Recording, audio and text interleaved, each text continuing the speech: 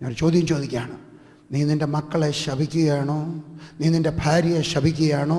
നീ നിൻ്റെ ജ്യേഷ്ഠനെ ശപിക്കുകയാണോ? അതോ അവരുടെ ഹൃദയത്തിൽ കുറേ ഐഡിയ കൊടുക്കുകയാണോ? ദൈവം നിന്നെ അനുഗ്രഹിക്കും. ദൈവം നിന്നെ അനുഗ്രഹിക്കും. എനിക്ക് എത്ര എഴുത്ത് വരുമെന്നറിയാം. മാസത്തിൽ 1-2 എഴുത്തെങ്കിലും വരും. വർഗീസ് ബ്രദറെ, 15 വർഷത്തിന് മുമ്പ് വർഗീസ് ബ്രദർ എൻ്റെ ഹൃദയത്തിനകത്തൊരു വിശ്വാസം തന്നു. വേറെ ആരും എന്നെ വിശ്വസിക്കാതെ ഇരുന്നപ്പോൾ, വേറെ ആരും എന്നോട് ഒരു എൻകറേജ്മെൻറ്റ് പറയാതിരുന്നപ്പോൾ വർഗീസ് ബ്രദർ എനിക്കൊരു എൻകറേജ്മെൻറ്റ് തന്നു. ഞാൻ പറയുന്നു, നിങ്ങളുടെ കുഞ്ഞുങ്ങളോട് ഇന്നൊരു എൻകറേജ്മെൻറ്റ് പറയണം. നിങ്ങളുടെ അപ്പനോട് നിങ്ങളൊരു എൻകറേജ്മെൻറ്റ് പറയണം. നിങ്ങളുടെ അമ്മയോട് നിങ്ങളൊരു എൻകറേജ്മെൻറ്റ് പറയണം. നിങ്ങളുടെ സഹോദരനോട് ഒരു എൻകറേജ്മെൻറ്റ് പറയണം. നിങ്ങളുടെ സഹോദരിയോട് എൻകറേജ്മെൻറ്റ് പറയണം. നിങ്ങളുടെ ഓരോ മക്കളോടും പറയണം, ഒരു എൻകറേജ്മെൻറ്റ് പറയണം. മോളെ, ദൈവം നിന്നെ അനുഗ്രഹിക്കാം. മോളെ, നിന്നെ ദൈവം വാലല്ല തലയാക്കി തീർക്കാം. മോളെ, ദൈവം നിനക്ക് നല്ലൊരു ജോലി തരും. മോളെ, സാധാരണക്കാരിൽ നിന്നും വളരെ വ്യത്യസ്തമായിട്ട് ദൈവം നിന്നെ അനുഗ്രഹിക്കാം. Give an encouragement. വേറൊരാളിനെ പിടിച്ചൊരിക്കലും നിങ്ങൾ താഴേക്ക് എറിയുന്നവരായി തീരരുത്. വേറെയുള്ളവർക്കൊക്കെ എൻകറേജ്മെന്റ് കൊടുക്കുന്ന കാര്യമായിട്ടെടുത്താട്ടെ. ഞാൻ ഈ പറയുന്ന ഉപദേശം കേട്ടാട്ടെ. ഞാൻ ഇങ്ങനെ പറയാറുണ്ട്, നിങ്ങളുടെ വീട്ടിൽ ഒരാളോടെങ്കിലും ഒരു ദിവസം നിങ്ങളൊരു എൻകറേജ്മെൻറ്റിൻ്റെ വാക്ക് പറയാതിരിക്കരുത്. നിങ്ങളുടെ ഭാര്യ ഒരു നല്ല ചായ ഉണ്ടാക്കി തരുമ്പം പറയണം, നല്ല ചായ ആയിരുന്നു കേട്ടോ, നിന്നെ ഭാര്യയായി കിട്ടിയതിൽ ഞാൻ സന്തോഷിക്കുന്നു. നിങ്ങളുടെ ഭർത്താവിൻ്റെ കൽ പറയണം, ഈ സാരി വാങ്ങിച്ചതിന് ഒത്തിരി നന്ദി, എനിക്ക് ആവശ്യം ഉണ്ടായിട്ടല്ലെങ്കിലും ആ ചായ വാങ്ങിച്ചത്. നിങ്ങളുടെ കുഞ്ഞുങ്ങളൊക്കെ പറയണം, നിങ്ങളുടെ മകളുടെയൊക്കെ പറയണം, കാണാൻ കൊള്ളാത്ത കൊച്ചിൻ്റെ ഒക്കെ പറയണം. ഇന്നലെ ഒരു കുഞ്ഞിനെ ഞാൻ കണ്ടു. ആ കൊച്ചിൻ്റെ അടുക്കൽ ഞാൻ ചെന്ന് വെച്ച് പറഞ്ഞു, എനിക്ക് കറുത്ത കുഞ്ഞുങ്ങളെ ഒത്തിരി ഇഷ്ടമാണ് കേട്ടോ മോനെ, സുന്ദരനാണ് നീ. അവൻ്റെ അമ്മ ഉടനെ കണ്ണു നിറഞ്ഞ അമ്മയുടെ അമ്മ പറഞ്ഞു, അവൻ കറുത്തതായതുകൊണ്ട് അവൻ ഒത്തിരി വിഷമം. ഞാൻ പറഞ്ഞു, എനിക്കതറിയാം, അതുകൊണ്ടാണ് ഞാൻ പറഞ്ഞേ, അത് മനസ്സിലാക്കിക്കൊണ്ട് ഞാൻ പറഞ്ഞതാണ്. അവൻ എൻകറേജ്മെൻറ്റ് ചെയ്യാൻ പറയാണ്. ഞാൻ പറയുന്നു, നിങ്ങളുടെ കുഞ്ഞുങ്ങളെ എൻകറേജ് ചെയ്യുക. ഒരിക്കൽ പോലും ഒരാൾ ഡിസ്കറേജ്മെൻറ്റ് ചെയ്യാൻ പറയരുത്. ചോദിക്കുകയാണ്, നിങ്ങളുടെ മകൾക്ക്, നിങ്ങളുടെ മകന് ഒത്തിരി വണ്ണമുണ്ടെങ്കിൽ നിങ്ങൾ എൻകറേജ് ചെയ്യുമോ, അതോ പൊണ്ണി എന്ന് പറയുമോ? എൻ്റെ തലയിലെഴുത്തിക്കിനായി പോയല്ലോടി, ഇത്രയും വണ്ണമുള്ള നിന്നെ ആര് കെട്ടുമടി? അതോ സ്വർഗസ്ഥനായ ദൈവം നിന്നെ അനുഗ്രഹിക്കും മോളെ എന്ന് പറയുമോ? അവിടെ കണ്ണുനീർ തുടയ്ക്കുക, അവൻ്റെ കണ്ണുനീർ തുടയ്ക്കുക, എൻകറേജ്മെൻറ്റ് പറയുക. ഈ പെൺകൊച്ചി എന്ന് എൻകറേജ്മെൻറ്റ് വാക്കുകൾ പറഞ്ഞു. ഈ പൈതലിന് മുല കൊടുക്കേണ്ടതിന് ഒരു എബ്രായ സ്ത്രീയെ ഞാൻ ചെന്ന് വിളിച്ചുകൊണ്ട് വരണമോ എന്ന് ചോദിച്ചു. ഫറവോൻ്റെ പുത്രി അവളോട് ചെന്ന് കൊണ്ടുവരിക എന്ന് പറഞ്ഞു. കന്നി എന്ന പൈതലിൻ്റെ അമ്മയെ വിളിച്ചുകൊണ്ട് വന്നു. ഫറവോൻ്റെ പുത്രി അവളോട്, നീ ഈ പൈതലിനെ കൊണ്ടുപോയി മുല കൊടുത്ത് വളർത്തണം, ഞാൻ നിനക്ക് ശമ്പളം തരാമെന്ന് പറഞ്ഞു. സ്ത്രീ പൈതലിനെ എടുത്തു കൊണ്ടുപോയി മുല കൊടുത്ത് വളർത്തി. ഹല്ലേലൂയ. ഈ അമ്മ കുഞ്ഞിനെ ആറ്റിൽ എറിഞ്ഞത് ഒരു പരീക്ഷണമായിരുന്നു. ജീവിതത്തിനകത്ത് നിങ്ങൾ പരീക്ഷണം ഒത്തിരി നടത്തണം. ഇന്നലെ ഒരു സഹോദരി, ഇന്നലെ ഇവിടെ വെച്ച് ഒരു സഹോദരി എൻ്റെ വന്ന് പറഞ്ഞു, വർഗീസ് ബ്രദറെ, ഞങ്ങളുടെ പുരയിടത്തിലെ മരങ്ങളെല്ലാം ഉണങ്ങിപ്പോവുക. ആരാണ്ട് അഭിചാരം ചെയ്താകാം, എന്തോ ആയാലും, പക്ഷെ എന്തു ആയാലും ശരി, ഇനി ഉണങ്ങാത്ത മരം ഒന്നുമില്ല, എല്ലാ മരവും ഉണങ്ങിപ്പോയി. ഞാൻ ആ സഹോദരിയൊക്കെ പറഞ്ഞൊരു കാര്യം ചെയ്യണം, വീട്ടിൽ ചെന്നിട്ട് ഒരു തൊട്ടി വെള്ളം എടുത്തിട്ട് ആ വെള്ളം എടുത്തിട്ട് പറയണം, യേശുവിൻ്റെ രക്തം ഞാൻ ഈ ഉണങ്ങാത്ത മരത്തിലൊക്കെ തളിക്കണം. യേശുവിൻ്റെ നാമത്തിൽ ഈ മരത്തിൻ്റെ മേൽ ഞാൻ യേശുവിൻ്റെ രക്തം തളിക്കുന്നു. യേശുവിൻ്റെ, നീ എന്തെങ്കിലുമൊക്കെ പരീക്ഷണം നടത്തണം. നിൻ്റെ മക്കൾക്ക് വേണ്ടി നടത്തണം, നിനക്ക് വേണ്ടി നടത്തണം, നിൻ്റെ വീടിന് വേണ്ടി നടത്തണം, നിൻ്റെ പുരയിടത്തിന് വേണ്ടി നടത്തണം, നിൻ്റെ ബിസിനസ്സിന് വേണ്ടി നടത്തണം. നീ പരീക്ഷണങ്ങൾ നടക്കുമ്പോൾ ഞാൻ ഇങ്ങനെ പറയട്ടെ, നീ 10 പരീക്ഷണം നടത്തിയാൽ 2 പരീക്ഷണത്തിനകത്തെങ്കിലും നീ വിജയിച്ചാൽ അതൊരു വലിയ വിജയമാണ്. ഞാൻ ഇപ്രാവശ്യം ഡൽഹി വെച്ച് പ്രസംഗിക്കുകയായിരുന്നു. ഡൽഹിയിലുള്ള എല്ലാ പെന്റിക്കോസ്തുകാരും കാരിസ്മാറ്റിക്കുകാരും കൂടെ ചേർന്ന് ഒരു യോഗം വെച്ചു. 2-ാം തീയതി, മെയ് മാസം 2-ാം തീയതി. എൻ്റെ മനസ്സിലാണ് ഒരു ആഗ്രഹം ഉണ്ടായത്. ഞാനപ്പോൾ ആളുകളൊക്കെ പറഞ്ഞു, നിങ്ങൾ ചെയ്താട്ടെ, ഞാൻ എൻ്റെ വാടക തരാം. ഞാൻ എൻ്റെ വാടക കൊടുത്തു. കെട്ടിടത്തിൻ്റെ വാടക ഒരു വലിയ തുകയായി, 40,000-40,000 രൂപ ആയി. എങ്കിലും എൻ്റെ ഒരു ആഗ്രഹം, എല്ലാവരും കൂടെ ഒന്നിച്ചു വന്ന് ദൈവത്തെ ഒന്ന് ആരാധിക്കട്ടെ. നല്ല ഒരു ആരാധനയായിരുന്നു. 4,000 പേര് ഒന്നിച്ചു വന്നു. ഞാൻ അവിടെ നിന്നുകൊണ്ട് ഇങ്ങനെ പറഞ്ഞു, സ്തോത്രകാഴ്ച എടുക്കണം, 1,00,000 രൂപ വേണം. അപ്പോൾ അവരെൻ്റെയൊക്കെ ചോദിച്ചു, ബ്രദർ ഒന്ന് പ്രസംഗിക്കാമോ, ഒന്ന് ഒരു ആഹ്വാനം ചെയ്യാം. ഞാൻ പറഞ്ഞു, ഞാൻ ചെയ്യാം. ഞാനൊരു ഫണ്ട് റൈസറല്ല, എങ്കിലും ഞാൻ പറയാം. ഞാൻ അവിടെ നിന്നുകൊണ്ട് പറഞ്ഞു, നിങ്ങളെല്ലാവരും കൂടെ കാര്യമായിട്ട് സഹായിക്കണം, കാരണം ഒരു 1,50,000 രൂപ എങ്കിലും ഉണ്ടാകണം, അതുകൊണ്ട് നിങ്ങളെല്ലാവരും കൂടെ ഒന്ന് സഹായിക്കണം. എന്നിട്ട് ഞാനൊരു കാര്യം പറഞ്ഞു, വാഴ ഉണ്ടാകാത്ത, നിങ്ങൾക്കറിയാവുന്നൊരു കഥയാണ്, പഞ്ചാബിൽ എനിക്ക് ചുമന്ന വാഴ, ചെങ്കതളി വാഴ നടണമെന്നൊരാഗ്രഹം. എൻ്റെ പപ്പായോട് പറഞ്ഞു, പപ്പ എനിക്കൊരു വിത്ത് തന്നു, ഞാനത് കൊണ്ടുപോയി നട്ടു. ആദ്യത്തേത് ഉണങ്ങി, രണ്ടാമത് കൊണ്ടുപോയി അതും ഉണങ്ങി, മൂന്നാമതൊരെണ്ണം കൊണ്ടുപോയി. പപ്പ എൻ്റെ പറഞ്ഞു ഇനി ഞാൻ തരത്തില്ല. ഞാനതിൻ്റെ വിത്ത് കൊണ്ടുപോയി ഞാനവിടെ നട്ടു, ഞാൻ പ്രാർത്ഥിച്ചു, യേശുവിൻ്റെ നാമത്തിൽ വളർന്നു വരട്ടെ എന്ന് പറഞ്ഞു. അത് വളർന്നു വന്നു. 3-4 വർഷം കഴിഞ്ഞപ്പോൾ എൻ്റെ പുരയിടത്തിൽ 400 ചെങ്കദളി വാഴയുണ്ടായി. തമിഴ്നാട്ടിൽ ചെങ്കദളി വാഴയില്ല, മഹാരാഷ്ട്രയിലില്ല, ഗുജറാത്തിനപ്പുറത്ത് ഒരു വാഴയില്ല. വാഴയുണ്ടാകാത്ത നാട്ടിൽ, വേറെ എങ്ങും ഉണ്ടാകാത്ത കേരളത്തിൻ്റെ തെക്കേ അറ്റത്ത് മാത്രമുള്ള എറണാകുളത്ത് പോലും ഇല്ലാത്ത ചെങ്കദളി വാഴ ഉണ്ടായത് വിശ്വാസത്താൽ ഞാനൊരു വിത്ത് നട്ടിട്ടാണ്. ഞാൻ പറഞ്ഞു, നിങ്ങളും വിശ്വാസത്താൽ വിത്ത് നട്ടാട്ടെ, നിങ്ങളും ഇന്നൊരു സ്തോത്ര കാഴ്ച ഇട്ടാട്ടെ. സ്വർഗസ്ഥനായ ദൈവം എൻ്റെ ഒരു വാഴയെ 400 വാഴയാക്കിയതുപോലെ നിങ്ങളുടെ വാഴയെ അനുഗ്രഹിക്കും. എന്തായാലും സ്തോത്ര കാഴ്ച എടുത്തപ്പോൾ 1,20,000 രൂപ അവരുടെ കടമില്ലാതെ കൺവെൻഷൻ കഴിഞ്ഞു. ഞാനീ പറഞ്ഞതിന് സാരം, നിങ്ങളും പരീക്ഷണം ചെയ്യുവാൻ തയ്യാറുള്ളവരായിരിക്കണം. ഞാൻ വാഴ നട്ടതുപോലെ. പെരുമ്പാവൂർ ഒരു മാമച്ചൻ എന്ന് പറയുന്ന ഒരാൾ ദുബായ്ക്കാരനുണ്ട്. അദ്ദേഹം ഒരു ടയർ വിൽപ്പനക്കാരനാണ്.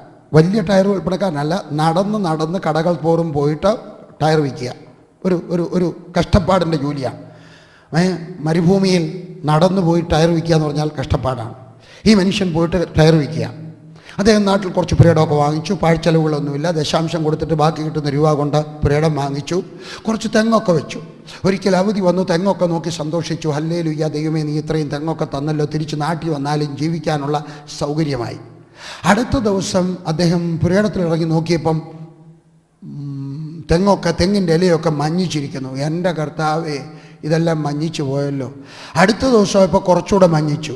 അപ്പോഴാ മനോരമ പത്രത്തിൽ വാർത്ത വന്നു, ഒരു പുതിയ തരം സോക്കേട് വന്നു, മണ്ടയെല്ലാം ചെയ്യുകയാണ്, മഞ്ഞ നിറവാകുന്നു, തെങ്ങെല്ലാം മരിച്ചു പോകുന്നു, പട്ടുപോകുന്നു. അദ്ദേഹത്തിന് അന്നേരം അദ്ദേഹത്തിന് എൻ്റെ വാഴയുടെ പറ്റി ഓർമ്മ വന്നത്. അദ്ദേഹം ഒരു തൊട്ടി വെള്ളമെടുത്ത് ഈ തെങ്ങലെല്ലാം കൊണ്ടുവന്നൊഴിച്ചു. യേശുവിൻ്റെ നാമത്തിൽ, യേശുവിൻ്റെ നാമത്തിൽ, യേശുവിൻ്റെ നാമത്തിൽ. അതിനുശേഷം അടുത്ത ദിവസം ചെന്നപ്പം മഞ്ഞിച്ചു വന്ന ഇല തിരിച്ച് പച്ച നിറമായി. അടുത്ത ദിവസം കുറച്ചുകൂടെ പച്ച നിറമായി. അദ്ദേഹം പറഞ്ഞു, അദ്ദേഹം ഏതിനകത്തെല്ലാം വെള്ളമൊഴിച്ചോ ഒരെണ്ണം പോലും പട്ടുപോയില്ല. പറഞ്ഞതിൻ്റെ അർത്ഥം മനസ്സിലായി, നീ പരീക്ഷണം നടത്തണം. നിൻ്റെ പശുവിന് വേണ്ടി പരീക്ഷണം നടത്തണം, നിൻ്റെ കോഴിക്ക് വേണ്ടി പരീക്ഷണം നടത്തണം, നിൻ്റെ തെങ്ങിന് വേണ്ടി, നിൻ്റെ റബ്ബറിന് വേണ്ടി, നിൻ്റെ വീടിന് വേണ്ടി, നിൻ്റെ തെങ്ങിന് വേണ്ടി, നിൻ്റെ കിണറിന് വേണ്ടി നീ പരീക്ഷണം നടത്തണം. നിൻ്റെ ആരോഗ്യത്തിന് വേണ്ടി പരീക്ഷണം നടത്തണം. ഇന്ന് ഒത്തിരി പേരും പരീക്ഷണം നടത്താൻ തയ്യാറല്ല. ഈ സ്ത്രീ അമ്മ ഒരു പരീക്ഷണം നടത്തി, ദൈവത്തിൻ്റെ കാര്യത്തിൽ മകനെ ഏൽപ്പിച്ചു. ആ മകനെ അവൾക്ക് തിരിച്ചു കിട്ടി. 9-ാമത്തെ വാക്യം, ഫറവോന്റെ പുത്രി അവളോട്, നീ പൈതലിനെ കൊണ്ടുപോയി മുല കൊടുത്ത് വളർത്തണം, ഞാൻ നിനക്ക് ശമ്പളം തരാം എന്ന് പറഞ്ഞു. സ്ത്രീ പൈതലിനെ എടുത്തു കൊണ്ടുപോയി മുല കൊടുത്ത് വളർത്തി. ഇതുവരെയുള്ള കാര്യത്തിനൊരു വ്യത്യാസം. ഇതുവരെ അവിടെ കൊച്ചിനെ ശബ്ദം ഉണ്ടാക്കാതെ, മിണ്ടാതെ, അയലത്തുകാരൊക്കെ ചോദിക്കുന്നതിന്, നീ പ്രസവിച്ചായിരുന്നല്ലോ, കൊച്ചെന്തു ചെയ്യേ, ആണാന്നോ പെണ്ണാന്നോ? സത്യം പറയാനൊക്കെ വേറെ ആരും ചെയ്യാത്ത കാര്യം, അവിടെ പാസ്റ്റർ ചെയ്യാത്ത കാര്യം, പ്രവാചകൻ ചെയ്യാത്ത കാര്യം അവൾ ഒരുത്തി ചെയ്തു. മനസ്സിലായോ? വേറെ ആരും ചെയ്യാത്തത് നിനക്ക് ചെയ്യാം, വേറെ ആരും ചെയ്യാത്തത് നിനക്ക് ചെയ്യാം, വേറെ ആരും ചെയ്യാത്തത് നിനക്ക് ചെയ്യാം. നിന്റെ കുടുംബത്തിൽ ആരും IAS പാസ്സായിട്ടില്ലായിരിക്കാം, പക്ഷെ നിനക്ക് നിൻ്റെ ഒരു കുഞ്ഞിനെ പറഞ്ഞ് വിശ്വാസം കൊടുത്ത് IAS കയറിയേക്കാം. നിന്റെ കുടുംബത്തിൽ ആർക്കും ഒരു കാറില്ലായിരിക്കാം, നിന്റെ കുഞ്ഞിനെ നീ പറഞ്ഞ് വിശ്വാസം കൊടുത്ത് ഒരു കാറിൻ്റെ ഉടമസ്ഥനാക്കാം. നിന്റെ കുടുംബത്തിൽ ആർക്കും 5 അടിയിൽ കൂടുതൽ ഉയരമില്ലായിരിക്കാം, നിന്റെ ഒരു കുഞ്ഞിനെ പറഞ്ഞ് വിശ്വാസം കൊടുത്ത് 6 അടിയിൽ കൂടുതൽ ഉയരം ഉണ്ടാക്കിയെടുക്കാം. ഒരു കഥ പറയട്ടെ. എൻ്റെ 2ാമത്തെ മകൾ, അവിടെ ഭർത്താവിന് ഇത് കേൾക്കുന്ന ചിലപ്പോൾ ഇഷ്ടപ്പെട്ടില്ല എന്ന് വരാം.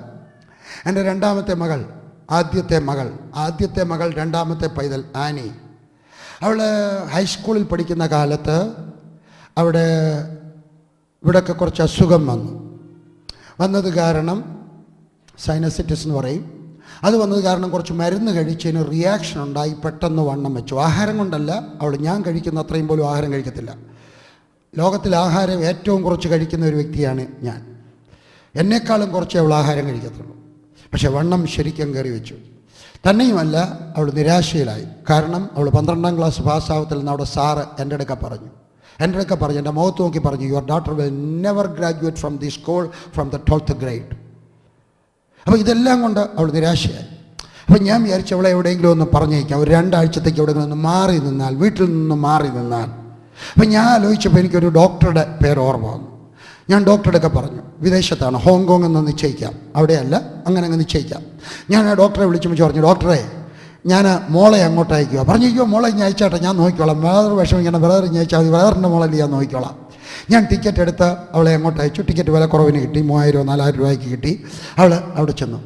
അവൾ എയർപോർട്ടിൽ ചെന്നു. അപ്പോൾ ഒത്തിരി വണ്ണം ഉണ്ടെന്ന് ഓർത്തോണം, നിരാശയോടാണ്. അപ്പോൾ അവൾ മുഖമൊക്കെ ഇങ്ങനെ കുനിഞ്ഞൊക്കെയാണ് നടക്കുന്നത്. എനിക്കിപ്പോഴും ഓർമ്മയുണ്ട്, അവൾ കുനിഞ്ഞൊക്കെയാണ് നടക്കുന്നത്. അപ്പം അവൾ എയർപോർട്ടിലോട്ട് ചെന്ന് ഇറങ്ങിക്കഴിഞ്ഞും വെച്ച് ഈ ഡോക്ടർ എന്ന് സ്വീകരിച്ചു, ലേഡി ഡോക്ടറാണ്. അവളെ ഒന്ന് സ്വീകരിച്ചും വെച്ച് കാറിനകത്തോട്ട് കയറി കഴിഞ്ഞും വെച്ച് ഇങ്ങനെ പറഞ്ഞു, എൻ്റെ ആനിമോളെ നിനക്ക് എന്തൊരു വണ്ണമുണ്ടടി, നിന്നെ ആര് കിട്ടുവടി? ഇച്ചിരി ഡിപ്രഷനിൽ നിന്ന് പുറത്തു വരാനാണ് ഞാൻ അങ്ങോട്ട് പറഞ്ഞയച്ചത്. ഡോക്ടറോടാണല്ലോ എന്ന് വിചാരിച്ചാൽ ഞാൻ പറഞ്ഞയച്ചത്. പക്ഷെ അവൾ എൻ്റെ മോളാണ്. അവൾ എന്താ പറഞ്ഞെന്നറിയാം? ശരിയാ, എനിക്ക് ഇച്ചിരി വണ്ണം കൂടുതൽ, അതിനെന്താ, സ്വർഗത്തിലെ ദൈവം വണ്ണമുള്ള ഒരു ചെറുക്കനെ ഉണ്ടാക്കി എന്നെ കെട്ടാനായിട്ട് അയക്കും. എൻ്റെ മോളാ. മാസങ്ങൾ 3-4 കഴിഞ്ഞു. അവളൊരു ദിവസം ഞങ്ങൾ വീട്ടിലിരിക്കുന്ന സമയത്ത് ജോൺ ഓസ്റ്റിനും മക്കളും കൂടെ എൻ്റെ വീട്ടിൽ വന്നു, ഡൽഹിയിൽ വന്നു. ഒരു ദിവസം ഒരു മീറ്റിങ്ങിനൊന്നും വന്നല്ല, വെറുതെ വന്നതാണ്. അവരെല്ലാം കൂടെ വന്നപ്പോൾ ഞങ്ങൾ വീട്ടിൽ ചോറ് വെച്ചു, ചോറ് കൊടുക്കാമെന്ന് പറഞ്ഞു. അവർ ചോറുണ്ണാനായിട്ട് വന്നു. ഞാനും ജോൺ ഓസ്റ്റിനും മക്കളും കൂടി ഇരിക്കുന്ന സമയത്ത് ഞാൻ ജോൺ ഓസ്റ്റിൻ്റെ മോൾ ലിസ എടുക്കൽ ഈ കഥ പറഞ്ഞു. ഞാൻ പറഞ്ഞു, എൻ്റെ മോളെ കണ്ടോ, അതൊരു മരുന്നിൻ്റെ റിയാക്ഷനാണ്, ഒത്തിരി വണ്ണമുണ്ട്. ഇനി ഒരു കഥ പറയാം. അവൾ ഹോങ്കോങ്ങിൽ ചെന്ന് കഴിഞ്ഞപ്പോൾ ഒരു ഡോക്ടർ ചോദിച്ചു, നിനക്ക് ഇത്രയും വണ്ണം ഉണ്ടല്ലോടി, നിന്നെ ആര് കെട്ടും? എൻ്റെ മോള് പറഞ്ഞ് കേൾക്കണോ, അതിനെന്താ, എനിക്ക് ഇച്ചിരി വണ്ണം കൂടുതലാണ്, അതുകൊണ്ട് സ്വർഗസ്ഥനായ ദൈവം വണ്ണമുള്ള ഒരു ഭർത്താവിനെ തരും. ജോൺ ഓസ്റ്റിൻ്റെ മകൾ പറഞ്ഞു, വർഗീസ് അത് വിശ്വാസം കൊള്ളാം, പക്ഷെ നല്ല വിശ്വാസമല്ല, അതിനേക്കാൾ കുറെ കൂടി ഒരു സൂപ്പർ വിശ്വാസമുണ്ട്. അതെന്താണെന്നറിയാം? അതിനെന്താ, എനിക്ക് വണ്ണമുണ്ട്, പക്ഷെ വണ്ണമില്ലാത്ത സുന്ദരനായ നല്ല നീളമുള്ള ആരോഗ്യമുള്ള ഒരു ഭർത്താവിനെ തരാൻ എൻ്റെ ദൈവത്തിന് കഴിയും. ഞാനും ജോൺ ഓസ്റ്റിനോട്ടുള്ള വ്യത്യാസം കണ്ടോ? ഞാൻ മിടുക്കനാണ്, ഞാൻ വിശ്വാസമുള്ളവനാണ്, പക്ഷെ ജോൺ ഓസ്റ്റിന് വിശ്വാസം വളരെ വലുതാണ്. അതെനിക്ക് മനസ്സിലായി, എനിക്ക് കുറച്ചും ഇഷ്ടപ്പെട്ടു. അദ്ദേഹം അങ്ങ് പോയി കഴിഞ്ഞപ്പം അദ്ദേഹം അവിടെ ഇരിക്കുമ്പം തന്നെ ഞാൻ ആനിയെ വിളിച്ചു. ലില്ലിയും കൂടെ ഞങ്ങൾ എല്ലാവരും കൂടി ഇന്ന് ചോറുണ്ണുക. ഞാൻ നിങ്ങളുടെ വീട്ടിലേക്ക് പോരാ കേട്ടോ, നിങ്ങളുടെ വീട്ടിൽ അങ്ങനെ ആണല്ലോ, അപ്പനും അമ്മയും മക്കളും എല്ലാവരും കൂടെ ഇല്ലയോ കഴിക്കുന്നേ, ഞാനും അങ്ങനെ, നിങ്ങളും അങ്ങനെ. ഞാൻ തിരുവല്ലക്കാരനല്ലേലും തിരുവല്ലക്കാരുടെ സ്വഭാവം തന്നെ എനിക്ക് കേട്ടോ. ചിലയിടത്തൊക്കെ ഉണ്ട് കേട്ടോ, അപ്പുറത്തോട്ട് മാറി, സ്ഥലം പറയാനൊക്കത്തില്ല, അവർ വീഡിയോ ടേപ്പ് കണ്ടാലോ, അവിടെ അപ്പനും ആ മക്കളും ആദ്യം കഴിക്കും, അത് കഴിയുമ്പം അമ്മയും പെമ്മക്കളും. അതുകൊണ്ട് അവരുടെ നാട്ടിൽ നിന്ന് ഞാൻ എൻ്റെ ഓരോറ്റ മക്കളെ കെട്ടിക്കത്തില്ല കേട്ടോ, തിരുവല്ലയിലെ എല്ലാത്തിനെയും കെട്ടിക്കത്തുള്ളൂ. കാരണം ഒന്നിച്ചിരുന്ന് വല്ലതും കഴിക്കാമല്ലോ. ചിരിക്കുന്ന ചിലരൊക്കെ ഇന്നോട്ട് ഒന്നിച്ചിരുന്നേ കഴിക്കാവൂ കേട്ടോ, നല്ല കാര്യമാണ്. The family that eats together stays together. The family that prays together stays together. The family that plays together stays together. കേട്ടോ, ഒന്നിച്ച് ആഹാരം കഴിക്കുന്ന കുടുംബം ഒന്നിച്ച് കഴിയുന്നു, ഒന്നിച്ച് പ്രാർത്ഥിക്കുന്ന കുടുംബം ഒന്നിച്ച് കഴിയുന്നു, ഒന്നിച്ച് കളിക്കുന്ന കുടുംബം ഒന്നിച്ച് കഴിയുന്നു. അതുകൊണ്ട് ഇതെല്ലാം ഒന്നിച്ച് ചെയ്യണം. ഞാൻ ആഹാരം കഴിച്ചുകൊണ്ടിരിക്കുമ്പോൾ ആനിയെടുക്ക പറഞ്ഞു, മോളെ ഇതാ ഞാൻ ഇന്ന് പഠിച്ച ഒരു തത്വം. ഇന്ന് തൊട്ട് നമ്മൾ പറയും, നിനക്ക് വണ്ണമുണ്ട്, പക്ഷെ വണ്ണമില്ലാത്ത ആരോഗ്യമുള്ള സൗന്ദര്യമുള്ള കാണാൻ കൊള്ളാവുന്ന നല്ല മൂക്കുള്ള നല്ല നെറ്റിയുള്ള നല്ല തലമുടിയുള്ള ഒരു ചെറുക്കൻ നിന്നെ കെട്ടിക്കണ്ടോ. അന്നോട്ട് ഞങ്ങളത് പറയാൻ തുടങ്ങി. എന്താ പറ്റിയെന്നറിയാം? അവൾ MSc പഠിച്ച് തിരിച്ചു വരുമ്പോൾ കാണാൻ കൊള്ളാവുന്ന നീളമുള്ള, എൻ്റെ അത്രയും നീളമുള്ള നല്ല മൂക്കുള്ള നല്ല നെറ്റിയുള്ള നല്ല മുടിയുള്ള ഒരു നല്ല ചെറുപ്പക്കാരൻ വന്ന് അവളെ കെട്ടിക്കൊണ്ടുപോയി. എങ്ങനെ? പരീക്ഷണം നടത്തിയപ്പോൾ. അതുകൊണ്ട് നിങ്ങളും പരീക്ഷണം നടത്തണം, നിങ്ങൾക്ക് വേണ്ടി പരീക്ഷണം നടത്തണം, നിങ്ങളുടെ കുടുംബത്തിന് വേണ്ടി പരീക്ഷണം നടത്തണം, നിങ്ങളുടെ കുഞ്ഞുങ്ങൾക്ക് വേണ്ടി പരീക്ഷണം നടത്തണം. പരീക്ഷണം വിജയിക്കും. യേശുവിൻ്റെ നാമത്തിൽ നിങ്ങൾ പരീക്ഷണം നടത്തുമ്പോൾ വിജയിക്കും. അവൾ കുഞ്ഞിനെ അവിടെ വെച്ചു, കുഞ്ഞിനെ രാജകുമാരി എടുത്തു. എന്നിട്ട് അവളുടെ മോശയുടെ മൂത്ത സഹോദരി വന്നിട്ട് പറഞ്ഞു, ഞാൻ ഒരുത്തിയെ വിളിച്ചുകൊണ്ട് വരാൻ പോയിട്ട് അമ്മയെ വിളിച്ചുകൊണ്ട് വന്നു. എല്ലാം വെൽ പ്ലാൻഡ്. അത് കഴിഞ്ഞിട്ട് വന്നിട്ട് പറഞ്ഞു, ഈ അമ്മ എന്ത് പറഞ്ഞറിയാം? നിനക്ക് കുഞ്ഞുങ്ങളുണ്ടോ? ഉണ്ടായിരുന്നു. എന്തിയാ കുഞ്ഞ്? ഇന്ന് രാവിലെയാ ഈ ആറ്റിലിട്ടത്. ശരിയല്ലയോ?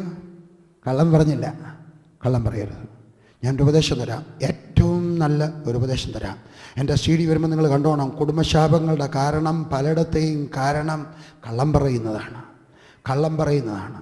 കള്ളം പറയുന്നവൻ്റെ വീട്ടിൽ ശാപം നിൽക്കും. ഇതെനിക്ക് വിശദമാക്കാൻ സമയമില്ല, വേദപുസ്തകത്തിനകത്തുണ്ട്. കള്ളം പറയുന്നവൻ്റെ വീട്ടിൽ ശാപം വന്നാൽ ഇറങ്ങിപ്പോകത്തില്ല. കള്ളം പറയരുത്. അതുകൊണ്ട് പറഞ്ഞു, ഇന്ന് രാവിലെയാണ് കൊച്ചിനെ എടുത്ത്. നിനക്ക് മുലപ്പാലുണ്ടോ? ഉണ്ട്. ഒരു കൊച്ചിന് കൊടുക്കാനുണ്ടല്ലോ? ഉണ്ട്. എന്നാൽ ഒരു കാര്യം ചെയ്യും, ഈ കൊച്ചിനെ കൊണ്ടുപോയി വളർത്ത്. അവളെയും കൊണ്ട് ഇനിയും നമുക്കൊന്ന് ശ്രദ്ധിക്കാം.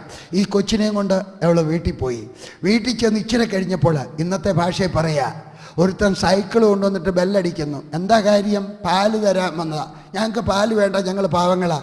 രാജകുമാരിയുടെ ഓർഡറാണ് കൊച്ചിനും അമ്മയ്ക്കും ആങ്ങളയ്ക്കും പെങ്ങൾക്കും വീട്ടുകാർക്കെല്ലാം പാല്.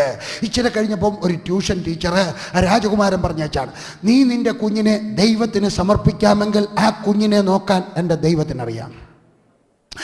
അതുവരെ കുഞ്ഞിനെ വളർത്താൻ പാടുപെട്ടുകൊണ്ടിരുന്ന ഒരമ്മയുടെ ദുഃഖം മാറി, കഷ്ടത മാറി, പ്രയാസം മാറി. സ്വർഗസ്ഥനായ ദൈവം ആ കുഞ്ഞിനെ അനുഗ്രഹിച്ചു. അതിന് ആഹാരം കൊടുത്തു, അതിന് വസ്ത്രം കൊടുത്തു, ഏറ്റവും മേത്തരമായിട്ടുള്ളത് കൊടുത്തു. ദൈവം അവരെ അനുഗ്രഹിച്ചു. ഒരനുഭവം കൂടി പറഞ്ഞുകൊള്ളട്ടെ. ഒത്തിരി അനുഭവം പറയുന്നത് പിണങ്ങരുത് കേട്ടോ, എനിക്ക് വലിയ ഇഷ്ടമാണ്. ഞാൻ കട്രായിൽ നിന്നും പത്താംകോട്ടേക്ക് വന്നു. പട്ടിണിയുടെ കാലമാണ്. എൻ്റെ അന്നത്തെ പട്ടിണിയൊക്കെ പറഞ്ഞാൽ നിങ്ങൾ വിചാരിക്കും ഞാൻ ഉണ്ടാക്കി പറയുന്നതാണ്. ഞാൻ പലപ്പോഴും അനുഭവങ്ങൾ പുസ്തകത്തിൽ എഴുതി കഴിയുമ്പോൾ ഇടതുവശത്ത് എഴുതി വെക്കും, Lily please check whether this is true or not. Lily ഇത് പരിശോധിച്ചാട്ടെ, ഞാൻ ഈ പറയുന്നത് നേരാണോ? കാരണം എനിക്ക് പോലും സംശയമാണ്, ഇതിങ്ങനെ നടക്കാൻ സാധ്യതയില്ല. അതുപോലത്തെ കാര്യം. ഞാൻ പത്താംകോട്ട് വന്നു, വലിയ പ്രയാസം. ഒരു പഴയ സൈക്കിളും ചവിട്ടി നടക്കുകയാണ്. ലില്ലിയെ പുറകിലിരുത്തി, അബിയെ മുമ്പിലിരുത്തി, ലില്ലി ആനിയം പിടിച്ചോണ്ട് സൈക്കിളിൽ 4 പേരെയും ചവിട്ടിക്കൊണ്ട് നടക്കുന്ന, താറിടാത്ത റോഡിലൂടെ നടക്കുന്നതിൻ്റെ പ്രയാസം എനിക്കിപ്പോഴും ഞാൻ പത്താംകോട്ട് ചെല്ലുമ്പോൾ ഓർക്കുമ്പം വിറയ്ക്കും. കാരണം മഴയത്ത് ഈ സൈക്കിളും ചവിട്ടി 4 പേരെയും കൊണ്ട് ഞാൻ ഒത്തിരി നാൾ നടന്ന 3-4 വർഷം. അതും ഒരു പഴയ സൈക്കിൾ, 200 രൂപയ്ക്ക് വാങ്ങിച്ചൊരു പഴയ പട്ടാളക്കാരൻ്റെ നിന്ന് വാങ്ങിച്ചൊരു പഴയ സൈക്കിൾ. അപ്പോഴാണ് എനിക്കൊരു സായിപ്പ് അവിടെ വന്നപ്പോൾ ഒരു കീറിയ കോട്ട് തന്നു. നല്ല കോട്ടായിരുന്നു, കീറിയത്, അതുകൊണ്ട് അയാൾ എടുത്തില്ലായിട്ട് തന്നു. ഞാനത് അകത്തുനിന്ന് ഇച്ചിരി തുണിയൊക്കെ കണ്ടിച്ച് വെച്ച് അത് തയ്ച്ചു. ഒരു ദിവസം 2ാം ക്ലാസ്സിൽ എൻ്റെ മൂത്ത മകൻ പഠിക്കുകയാണ്. സ്കൂളിലെ ആനിവേഴ്സറിയാണ്. എന്നെ വിളിച്ചു, എല്ലാവരെയും വിളിച്ചിട്ടുണ്ടായിരുന്നു. ഞാനും ലില്ലി എല്ലാം കൂടെ ചെന്ന്, ഞാൻ ഈ കോട്ടുമൊക്കെ ഇട്ടിരിക്കുക, ടൈയും ഒക്കെ ഇട്ടിരിക്കുകയാണ്. ഞാൻ അവിടെയൊക്കെ ചെന്ന് നിന്നു. ആളുകളൊക്കെ എന്നെ നോക്കി.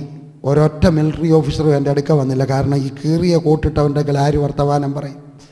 എല്ലാവരും ഒക്കെ മാറിയെന്നെങ്കിലും ഞാൻ ഗമയിലൊക്കെ നിൽക്കുകയാണ്. ലില്ലിയും അവിടെ നിൽക്കുകയാണ്. കുഞ്ഞുങ്ങളെല്ലാമാണ്. ആരാധനയൊക്കെ അവരുടെ ആനിവേഴ്സറിയൊക്കെ കഴിഞ്ഞു. അവിടെ ഒരു നാടകമൊക്കെ ഉണ്ടായിരുന്നു. കാത്തലിക് സ്കൂളാണ്. നാടകമൊക്കെ ഉണ്ടായിരുന്നു. നാടകമൊക്കെ കണ്ടപ്പോൾ എൻ്റെ മനസ്സിനകത്തൊരു ചെറിയ വേദനയൊക്കെ വന്നു. കാരണം ഒരു ഇച്ചിരി എൻ്റെ പോളിസിക്ക് ചേരാത്തതായിട്ടുള്ള ഒരു നാടകമൊക്കെ ആയിരുന്നു. ഞാൻ തിരിച്ചു വരികയാണ്. എല്ലാവരും കാറിൽ കയറി വീട്ടിൽ പോയി. കാരണം പണക്കാർ മാത്രം പഠിക്കുന്ന ഒരു സ്കൂളാണ്. അവിടെ വേറെ സ്കൂളില്ല, ഒരൊറ്റ ഇംഗ്ലീഷ് മീഡിയം സ്കൂളേ ഉള്ളൂ. എല്ലാവരും വീട്ടിൽ പോയി. എല്ലാവരും സ്കൂട്ടറിൽ കയറി വീട്ടിൽ പോയി. വേറെ കുറച്ച് പേരുണ്ടായിരുന്നവരും സൈക്കിളിൽ പോയി. ഒരു സൈക്കിൾ റിക്ഷ പിടിക്കാൻ പോലും എൻ്റെ കയ്യിൽ 3 രൂപ ഇല്ലായിരുന്നു. അതുകൊണ്ട് ഞാനും ലില്ലിയും 2 കുഞ്ഞുങ്ങളും മാത്രം നടക്കുക. ബാക്കി എല്ലാവരും പോയി. ഞാൻ കോട്ടും ടൈയും ഒക്കെ കെട്ടി ഒരു ഭോഷനെ പോലെ റോഡിൽ കൂടെ രാത്രി 9 മണിയായപ്പം നടക്കുകയാണ്. എൻ്റെ മനസ്സിനകത്തൂടെ പല ചിന്തകൾ വന്നു. എൻ്റെ കർത്താവേ, എൻ്റെ കുടുംബത്തിൽ വലിയ പഠിത്തമുള്ളവരുണ്ട്. എൻ്റെ കുഞ്ഞുങ്ങൾ അവരുമായിട്ട് നിൽക്കുമ്പോൾ എൻ്റെ കുഞ്ഞുങ്ങൾ പഠിത്തമില്ലാത്തവരായി പോകരുത്. എൻ്റെ കുഞ്ഞുങ്ങൾ ഇംഗ്ലീഷ് അറിയാൻ വയ്യാത്തവരായി പോകരുത്. എൻ്റെ കുഞ്ഞുങ്ങൾ വിദ്യാഭ്യാസം. പെട്ടെന്ന് എനിക്ക് കരച്ചിൽ വന്നു. ഏത് വർഷമായിരുന്നു? 79-ലാകാം. എൻ്റെ ബൈബിളിൽ, ആദ്യത്തെ ബൈബിളിൽ ഞാൻ ഡേറ്റ് എഴുതിയിട്ടിട്ടുണ്ട്. എൻ്റെ പ്രാർത്ഥന ഞാൻ എഴുതിയിട്ടിട്ടുണ്ട്. ഞാൻ അവിടുന്ന് നടന്നു. പെട്ടെന്ന് എനിക്ക് കരച്ചിൽ വന്നു. ലില്ലി കരച്ചിൽ കാണരുത്, ലില്ലിയെ കാണാൻ ഞാൻ കരയാറില്ല. അതുകൊണ്ട് ഞാൻ ലില്ലിയെയും കുഞ്ഞുങ്ങളെയൊക്കെ പുറകിൽ വിട്ടിട്ട് ബ്ലഷനെ മാത്രം, ഇളയ കുഞ്ഞിനെ മാത്രം ഞാൻ തോളിലെടുത്തുകൊണ്ട് ഞാൻ വേഗത്തിൽ നടന്നു. അപ്പോൾ അവൻ ഞാൻ കരയുന്ന അവനെയും കാണുമെന്ന് വിചാരിച്ചിട്ട് ഞാൻ ലില്ലിയുടെ അവനെ ഏൽപ്പിച്ച് വെച്ച് ഞാൻ ഒറ്റയ്ക്ക് നടന്നിട്ട് ഞാൻ ദൈവത്തോട് പെറുപെറുത്തു എന്നല്ല, ദൈവത്തോട് സംസാരിച്ചു. ഞാൻ പറഞ്ഞു, കർത്താവേ, ഒന്നും ചോദിക്കുന്നില്ല, സ്വത്ത് ചോദിക്കുന്നില്ല, പുരയിടം ചോദിക്കുന്നില്ല, ബാങ്കിൽ രൂപ ചോദിക്കുന്നില്ല. ഒരു കാര്യം മാത്രം നിന്നോട് ചോദിക്കുന്നു, എൻ്റെ കുഞ്ഞുങ്ങൾക്ക് എൻ്റെ കുടുംബത്തിലുള്ളവരുടെ കൂടെ നിൽക്കുന്ന സമയത്ത് അവരുടെ മുമ്പാകെ അവർ ലജ്ജിതരാകാത്ത വിധത്തിൽ ഏറ്റവും മാന്യമായ പഠിത്തം കൊടുക്കണം. വേറെ ഒന്നും ചോദിക്കുന്നില്ല. കർത്താവിൻ്റെ പ്രാർത്ഥന കേട്ടു.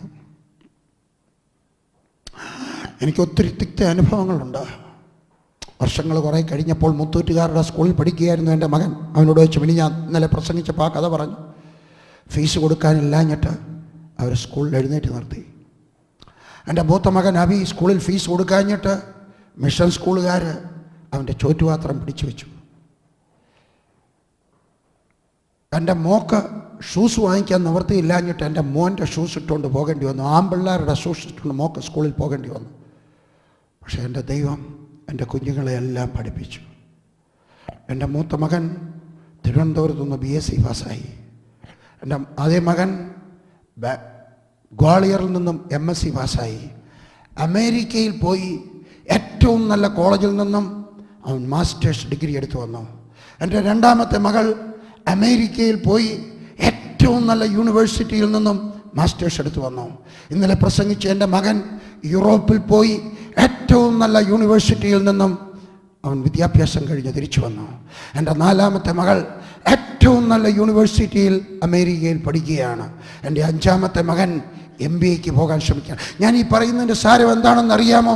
നിൻ്റെ കുഞ്ഞുങ്ങളെ നീ ദൈവത്തിന് വേണ്ടി സമർപ്പിച്ച് കഴിയുമ്പോൾ അവരുടെ ചെലവ് അവൻ ഏറ്റെടുക്കും. അവൻ വിദ്യാഭ്യാസം നോക്കും, അവൻ വിവാഹം നോക്കും. അതുകൊണ്ട് നിൻ്റെ കുഞ്ഞുങ്ങൾ പണമുണ്ടെങ്കിലും പണമില്ലെങ്കിലും നിൻ്റെ കുഞ്ഞുങ്ങൾ നിൻ്റേതല്ല, ദൈവത്തിൻ്റേതായിരിക്കട്ടെ. നിൻ്റെ മക്കളല്ല. കൂടെ കൂടെ പറയണം, കർത്താവേ, ഈ കുഞ്ഞിനെ നീ തന്നു, പക്ഷേ ഈ കുഞ്ഞ് എൻ്റേതല്ല, നിൻ്റേതാണ്. അങ്ങനെയാണെങ്കിൽ ദൈവത്തിന് വേണ്ടി സമർപ്പിച്ചാൽ ആ കുഞ്ഞിൻ്റെ പഠിത്തം നടത്തുവാൻ എൻ്റെ ദൈവത്തിനറിയാം. ആ കുഞ്ഞുങ്ങൾക്ക് വിദ്യാഭ്യാസം കൊടുക്കുവാൻ എൻ്റെ ദൈവത്തിനറിയാം. ആ കുഞ്ഞുങ്ങളുടെ വിവാഹം നടത്തി കൊടുക്കുവാൻ എൻ്റെ ദൈവത്തിനറിയാം. ആ കുഞ്ഞുങ്ങൾക്ക് ബുദ്ധി കൊടുക്കുവാൻ എൻ്റെ ദൈവത്തിനറിയാം. ഇതാ മോശ കുഞ്ഞിന് വേണ്ടി ആഹാരം കൊടുത്തത് മാത്രമല്ല, അത് കാരണം അവരുടെ വീട്ടുകാർക്കും ആഹാരം കിട്ടി. നീ നിൻ്റെ മക്കളെ, പലർക്കും പേടിയാ സുവിശേഷ വേലയ്ക്ക് ദൈവത്തിന് കൊടുക്കാൻ. ദൈവത്തിന് വേണ്ടി സുവിശേഷ വേലയ്ക്ക് വേണ്ടി മക്കളെ കൊടുക്കാൻ പലർക്കും പേടിയാണ്. ഞാൻ നിങ്ങളോട് പറയുന്നു, നിങ്ങൾ ദൈവത്തിന് വേണ്ടി നിങ്ങളുടെ മക്കളെ കൊടുത്താൽ, ദൈവവേലയ്ക്ക് വേണ്ടി കൊടുത്താൽ നിങ്ങൾ ഒരിക്കലും ലജ്ജിക്കുവാൻ ഇടയാകത്തില്ല. ഇല്ല ഇല്ല ഇല്ല. ഇതാ മോശ കുഞ്ഞിനെ ദൈവം മാനിച്ചു. ഹല്ലേലൂയ. 10ാമത്തെ വാക്യം. പൈതൽ വളർന്ന ശേഷം അവൾ അവനെ ഫറവോന്റെ പുത്രന്റെ അടുക്കൽ കൊണ്ടുപോയി. അവൻ അവൾക്ക് മകനായി. ഞാൻ അവനെ വെള്ളത്തിൽ നിന്ന് വലിച്ചെടുത്തു എന്ന് പറഞ്ഞ് അവൾ അവന് മോശ എന്ന് പേരിട്ടു. ആ കാലത്ത് മോശ മുതിർന്ന ശേഷം അവൻ തൻ്റെ സഹോദരന്മാരുടെ അടുക്കൽ ചെന്ന് അവരുടെ ഭാരമുള്ള വേല നോക്കി തൻ്റെ സഹോദരന്മാരിൽ ഒരു എബ്രായനെ ഒരു മിശ്രയീമിനെ അടിക്കുന്നത് കണ്ടു. പൈതൽ വളർന്നപ്പോൾ അവൻ്റെ അമ്മ കുഞ്ഞിനെ രാജാവിൻ്റെ അടുക്കൽ കൊണ്ടു. ഈ അമ്മ നല്ലവളായിരുന്നു. ഞാനായിരുന്നെങ്കിൽ വളർന്നു കഴിഞ്ഞപ്പോൾ കൊച്ചനെയും കൊണ്ട് ഒളിച്ചോടിയേനെ. തിരിച്ചു പോകാവുന്ന നാടാ, ഓടിപ്പോകാവുന്ന നാടാ. പക്ഷെ അവൻ പോയില്ല. ഇന്നെന്നെ വേദനിപ്പിക്കുന്നതായിട്ടുള്ള കാര്യം, ഒത്തിരി പേരും കുഞ്ഞുങ്ങളായിരിക്കുമ്പോൾ ദൈവവേലയ്ക്ക് വേണ്ടി നേരും. പക്ഷേ വലുതായി കഴിയുമ്പം പറയും, ഉദ്യോഗത്തോടുകൂടെ കർത്താവിൻ്റെ വേല ചെയ്താൽ മതി. ഒത്തിരി പേര് എനിക്കെഴുതും, എൻ്റെ കുഞ്ഞിന് MBBS അഡ്മിഷൻ കിട്ടാൻ പ്രാർത്ഥിക്കണം, എൻ്റെ കുഞ്ഞ് ഒരു മെഡിക്കൽ ഡോക്ടർ, മിഷണറി ഡോക്ടറായി തീരണമെന്ന് ആഗ്രഹിക്കണം. പക്ഷെ പാസ്സായി കഴിയുമ്പം കുഞ്ഞ് അമേരിക്കയിലാണ്, പാസ്സായി കഴിയുമ്പോൾ കുഞ്ഞ് ദുബായിലാണ്. എന്തുകൊണ്ട്? പറഞ്ഞ വാക്ക് സൂക്ഷിക്കുന്നില്ല. നിങ്ങൾക്കറിയാമോ, സ്വാതന്ത്ര്യം കിട്ടിയതിന് ശേഷം 300 മിഷൻ ഹോസ്പിറ്റൽ ഇന്ത്യയിൽ ക്ലോസ് ആയി, ഡോക്ടറും നഴ്സും ഇല്ലാഞ്ഞിട്ട്. യഥാർത്ഥത്തിലുള്ള കണക്ക് എൻ്റെ അടുത്ത ഇംഗ്ലീഷ് മാസികയിൽ വരുന്നുണ്ട്. ഞാൻ യഥാർത്ഥത്തിലുള്ളത് മറന്നുപോയി. ഞാൻ ഈ പറഞ്ഞതിൻ്റെ സാരം, നിന്റെ കുഞ്ഞിനെ സുവിശേഷ വേലയ്ക്ക് നീ കൊടുക്കാമെന്ന് എന്തെങ്കിലും വാക്ക് പറഞ്ഞിട്ടുണ്ടെങ്കിൽ, വയറിൽ കൈവച്ച് പറഞ്ഞിട്ടുണ്ടെങ്കിൽ, പ്രാർത്ഥിക്കുമ്പോൾ പറഞ്ഞിട്ടുണ്ടെങ്കിൽ, കുഞ്ഞ് വലുതായി കഴിയുമ്പോൾ നിൻ്റെ വാക്ക് മാറരുത്, കൊടുക്കണം. ഞാൻ എന്നും പറഞ്ഞിട്ടുണ്ട്, കർത്താവേ, എൻ്റെ 5 കുഞ്ഞുങ്ങളെയും കർത്താവേ നിൻ്റെ വേലയ്ക്ക് വേണ്ടി വിളിക്കണമേ. എൻ്റെ കുഞ്ഞുങ്ങളാരും പഠിത്തമില്ലാഞ്ഞിട്ടല്ല ഉദ്ദേശിയായത് കേട്ടോ. ഒരിക്കൽ ഞാൻ എൻ്റെ ജ്യേഷ്ഠൻ്റെ വീട്ടിൽ പോയി. ജ്യേഷ്ഠൻ്റെ ഭാര്യ ചോദിച്ചു, മോനെ എന്തോ ഉണ്ട്, മക്കളൊക്കെ ഇപ്പോൾ എവിടെ? ഞാൻ പറഞ്ഞു, മൂത്ത മോൻ ഉപദേശിക്കുക. അയ്യോ, വേറെ ജോലിയൊന്നും കിട്ടിയില്ലയോ? എൻ്റെ ചേട്ടത്തി ചോദിച്ചാ പലരുടെയും വിചാരം അങ്ങനെ കേട്ടോ, വേറെ ജോലിയൊന്നും കിട്ടായില്ലെങ്കിൽ എന്നാൽ പിന്നെ ഉപദേശിയാവട്ടെ. ഇന്നലെ പ്രസംഗിച്ച എൻ്റെ മകന് ഡൽഹിയിൽ സിംഗപ്പൂർ എയർലൈൻസിൽ 32,000 രൂപ ഒരു മാസം ശമ്പളം ഉണ്ടായിരുന്നു. ഗൾഫിൽ കിട്ടത്തില്ല അധികം പേർക്കും ആ ശമ്പളം. ഡൽഹിയിൽ 32,000 രൂപ ശമ്പളം. ഒരു ദിവസം ഞാനൊരു വാചകം പറഞ്ഞു, അവൻ്റെ അപ്പോയിൻമെൻ്റ് ലെറ്റർ എടുത്ത് ദൂരെ കളഞ്ഞിട്ട് അവൻ സുവിശേഷയിലേക്ക് ഇറങ്ങിയതാണ്. ഇന്ന് വരെ ഞാൻ 1 രൂപ കൊടുത്തിട്ടില്ല അവനതിന് ശേഷം. എൻ്റെ മരുമകന് ഗുജറാത്തിൽ 25,000 രൂപ ശമ്പളമാണ്. ചുമ്മാ കള്ളം പറയുമെന്നല്ല കേട്ടെ, 25,000 രൂപ. അവൻ റെസിഗ്നേഷൻ കൊടുത്തപ്പോൾ കമ്പനി 5,000 രൂപ കൂട്ടിക്കൊടുത്ത് 30,000 ആക്കി. അവൻ എന്തൊക്കെ പറഞ്ഞു, daddy, I was very much tempted to go back, but I decided that I will never go back. ഞാൻ നിങ്ങളോട് പറയുന്നു, നിൻ്റെ കുഞ്ഞിനെ കർത്താവിന് വേണ്ടി കൊടുക്കാമെന്ന് പറഞ്ഞാൽ അവൻ MA പാസ്സായാലും MBBS പാസ്സായാലും IAS പാസ്സായാലും അവനെ കൂടെ ഓർപ്പിക്കണം, മോനെ മറന്നു പോകരുത്, ഞാൻ നിനക്ക് വേണ്ടി ദൈവത്തോട് വാക്ക് പറഞ്ഞതാണ്. ഞാൻ പറഞ്ഞത് നീ അവനെ പുഷ് ചെയ്ത് സുവിശേഷ വിലയ്ക്ക് അയക്കണമെന്നല്ല, ദൈവം വിളിക്കാൻ പ്രാർത്ഥിക്കണം. ഞാൻ ചോദിക്കട്ടെ, നിൻ്റെ കുഞ്ഞിന് MBBS അഡ്മിഷൻ കിട്ടാൻ നീ എത്ര ദിവസം ഉപവാസം എടുത്തു? അത്രയും ദിവസം ഉപവാസം എടുത്ത് പ്രാർത്ഥിച്ചിട്ടുണ്ടോ, കർത്താവേ എൻ്റെ കുഞ്ഞിനെ സുവിശേഷ വിലയ്ക്ക് വേണ്ടി വിളിക്കണമേ? എൻ്റെ 5 കുഞ്ഞുങ്ങളും കർത്താവിൻ്റെ വേലക്കാരായി തീരുന്ന ദിവസത്തിനായിട്ട് സ്തോത്രം. 4 പേര് ഉപദേശിമാരാണ്. എൻ്റെ 5ാമത്തെ മകൻ MBAക്ക് പോവുകയാണ്. എനിക്കൊരാഗ്രഹമുണ്ട്, കർത്താവ് അവൻ MBA കഴിയുമ്പോൾ ഒന്നുകിൽ സുവിശേഷം പ്രസംഗിക്കട്ടെ, അല്ലെങ്കിൽ ഏതെങ്കിലും ക്രിസ്തീയ സംഘടനയിൽ പോയി വേല ചെയ്യട്ടെ, ഒന്നുമല്ലെങ്കിൽ കൊട്ടാരക്കര ബസ് സ്റ്റാൻഡിൽ പോയി ട്രാക്ട് കൊടുക്കട്ടെ. എനിക്കറിയാം, ഞാൻ പറയുന്ന കൊച്ചു വാക്കുകൾ പോലും ദൈവം കാര്യമായിട്ട് എടുക്കുമെന്ന് എനിക്കറിയാം. പക്ഷേ ധൈര്യപൂർവ്വം പറയുകയാണ്, വെറുതെ വാചകം അടിക്കുകയല്ല. ഞാനിങ്ങനെ പറയാറുണ്ട്, എൻ്റെ മൂത്ത മകൻ എവിടെയെങ്കിലും പോയി അവൻ രക്തസാക്ഷിയായി കഴിഞ്ഞാൽ ഞാൻ എൻ്റെ 2ാമത്തെ മകളെ അയക്കും. അവളും പോയി രക്തസാക്ഷിയായാൽ എൻ്റെ 3ാമത്തെ മകനെ അയക്കും. അവനും പോയി രക്തസാക്ഷിയായി കഴിഞ്ഞാൽ ഞാൻ എൻ്റെ 4ാമത്തെ മകളെ അയക്കും. അവനും പോയി അവളും രക്തസാക്ഷിയായി കഴിഞ്ഞാൽ ഞാൻ എൻ്റെ 5ാമത്തെ മകനെ അയക്കും. അവനും രക്തസാക്ഷിയായി കഴിഞ്ഞാൽ ഞാൻ നിങ്ങളുടെ അടുക്കൽ വന്ന് പറയും, എനിക്കിനി മക്കളില്ല, നിങ്ങളുടെ മക്കളെ തരുമോ?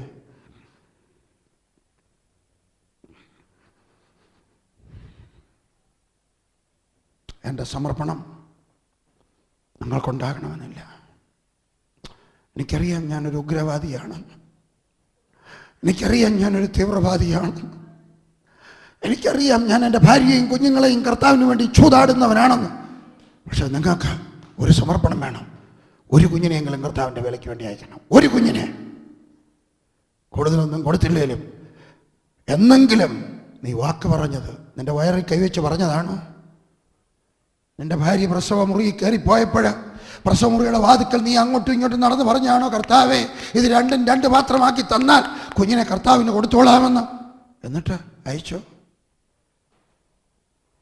സുവിശേഷ വേലയ്ക്ക് പോകാൻ താല്പര്യമുള്ള മക്കളെ പിടിച്ചു നിർത്തിയ ദൈവദാസന്മാരെ എനിക്കറിയാം. ഒരെണ്ണത്തിനെ അയക്കാതെ മുഴുവനെയും പിടിച്ചു നിർത്തിയ ദൈവദാസന്മാരെ എനിക്കറിയാം. നിങ്ങൾക്കങ്ങനെ സംഭവിക്കരുത്.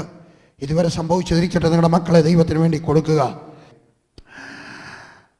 ഒരു ദിവസം മോശയ്ക്ക് മനസ്സിലായി, ഞാനിവിടെ വന്നു, അവൻ കൊച്ചുനാളി വന്നതാണ്, എന്നാൽ മുലകുടി മാറിയപ്പോഴെന്ന് പറഞ്ഞപ്പോൾ അന്നത്തെ കാലത്ത് 10-12 വയസ്സാണ്, നീണ്ടകാലം മുല കുടിക്കുന്ന കാലമാണ്. എൻ്റെ അമ്മച്ചി 7 വയസ്സ് വരെ മുല കുടിച്ചെന്ന് കേട്ടിട്ടുണ്ട്. അമ്മച്ചി പറഞ്ഞിട്ടുണ്ട്, പള്ളിക്കൂടത്തിൽ പഠിക്കുന്ന കാലത്തും പള്ളിക്കൂടത്തിൽ നിന്ന് തിരിച്ചു വന്നിട്ട് മുല കുടിക്കുമായിരുന്നു. 12 വയസ്സ് വരെ പോട്ടെ, 6-7 വയസ്സ് വരെ എന്ന് വെക്കാം. പോട്ടെ 3 അല്ല, ഇച്ചിരി കൂടി കിടക്കട്ടെ, അതാണ് നല്ലത്. കാരണം നമ്മുടെ കഥയ്ക്ക് അങ്ങനെ ചേർത്തുള്ളൂ. 7 വയസ്സ് വരെ, 10 വയസ്സ് വരെ. അത് കഴിഞ്ഞിട്ട് രാജാവിൻ്റെ കൊട്ടാരത്തിൽ കൊണ്ടാക്കി. അമ്മ പറഞ്ഞു, ഞങ്ങളെ മറന്നാട്ടെ, ഞാൻ വളർത്തമ്മയായിരുന്നു, ഇതാണ് നിൻ്റെ അമ്മ, ഇതാണ് നിൻ്റെ അപ്പൻ, ഇതാണ് നിൻ്റെ വീട്, ഇതാണ് നിൻ്റെ ജനം. പക്ഷേ കുറേ നാളുകൾ കഴിഞ്ഞു, 30 വയസ്സായി. അവൻ അവിടുത്തെ ജനറലായി, പട്ടാള മേധാവിയായി. അവൻ പോയി രാജ്യങ്ങളൊക്കെ വെട്ടിപ്പിടിച്ചു. അവൻ പോയിടത്തെ രാജാക്കന്മാരെയൊക്കെ തോൽപ്പിച്ച് അവന് ഭാര്യമാരായി, അവന് പിള്ളേരായി. ഇതെല്ലാം കഴിഞ്ഞപ്പോൾ ഒരു ദിവസം അവനൊരാഗ്രഹം വന്നു, ദൈവത്തിൻ്റെ ജനത്തെ ഒന്ന് കാണണം. എന്താ കാര്യം? അവൻ്റെ അമ്മ അവനെ രാജകുടുംബത്തിൽ കൊണ്ടുപോകുന്നതിന് മുമ്പ് വേദപുസ്തകം പഠിപ്പിച്ചിട്ടാണ് അയച്ചത്. അവൻ്റെ അപ്പച്ചൻ അവനെ രാജകുടുംബത്തിൽ വിടുന്നതിന് മുമ്പ് വേദപുസ്തകം പഠിപ്പിച്ചിട്ടാണ് വിട്ടത്. ഞാനൊരു ചോദ്യം ചോദിക്കുവാൻ ആഗ്രഹിക്കുകയാണ്, നിൻ്റെ മക്കൾക്ക് വേദപുസ്തകം അറിയാമോ? എൻ്റെ ചോദ്യം ആകാശത്തുള്ള ബാബ പറയാൻ അറിയാമോ എന്നല്ല ചോദിച്ചത്. എൻ്റെ ചോദ്യം വേദപുസ്തകം അറിയാമോ? യോനായുടെ പുസ്തകം എവിടെയാണെന്ന് അറിയാമോ? നഹൂമിൻ്റെ പുസ്തകം എവിടെയാണെന്ന് അറിയാമോ? എന്തുകൊണ്ട് അറിഞ്ഞുകൂടാ? മോശയുടെ കഥ എവിടെയാണെന്ന് അറിയാമോ? എന്തുകൊണ്ട് അറിഞ്ഞുകൂടാ? ഇത് പഠിപ്പിക്കേണ്ട ജോലി ആരുടെയാണ്? പലരും എൻ്റെയൊക്കെ പറയും, ഞങ്ങളുടെ സഭയെ അത്ര നല്ലതല്ല കേട്ടോ, സൺഡേ സ്കൂൾ മോശമാണ്, പിള്ളേർക്കൊന്നും വേദോത്സവം അറിയത്തില്ല. ചിലർ പറയും ഞങ്ങളുടെ പാസ്റ്റർ മോശമാണ്, ഞങ്ങളുടെ അച്ഛൻ മോശമാണ്, ഞങ്ങളുടെ പിള്ളേർക്ക് ആർക്കും വേദോത്സവം അറിയത്തില്ല. എൻ്റെ ശബ്ദം കേൾക്കുക, ഈ വീഡിയോ ടേപ്പ് കാണുന്നവർ ശ്രദ്ധിക്കുക. നിങ്ങളുടെ മക്കളെ വേദപുസ്തകം പഠിപ്പിക്കുവാനുള്ള ചുമതല നിങ്ങളുടെ പാസ്റ്ററുടെ അല്ല. നിങ്ങളുടെ മക്കളെ വേദപുസ്തകം പഠിപ്പിക്കുവാനുള്ള ചുമതല നിങ്ങളുടെ അച്ഛൻ്റെ അല്ല. നിങ്ങളുടെ വേദപുസ്തകം പഠിപ്പിക്കുവാനുള്ള ചുമതല സൺഡേ സ്കൂൾ ടീച്ചറിൻ്റെ അല്ല. നിങ്ങളുടെ മക്കളെ വേദപുസ്തകം പഠിപ്പിക്കുവാനുള്ള ചുമതല നിങ്ങളുടെയാണ്. അപ്പച്ച നിൻ്റെയാണ്, അമ്മച്ചി നിൻ്റെയാണ്. നിങ്ങളുടെ ചുമതലയാണ് നിങ്ങളുടെ മക്കളെ വേദപുസ്തകം പഠിപ്പിക്കുക എന്നുള്ളത്. ഇനിയും പറയുന്നത് കേട്ടാട്ടെ. ഞാൻ ചില കല്യാണത്തിനൊക്കെ ചെല്ലുന്ന സമയത്ത് ചില ഉപദേശിമാർ, പാസ്റ്റർമാർ, പ്രസംഗിക്കുന്നവർ, അച്ഛന്മാരാകാം, അവരൊക്കെ പ്രസംഗിക്കുന്നത് കേൾക്കാം. മക്കളെ വേദപുസ്തകം പഠിപ്പിക്കേണ്ട ചുമതല അമ്മയുടെയാണ്.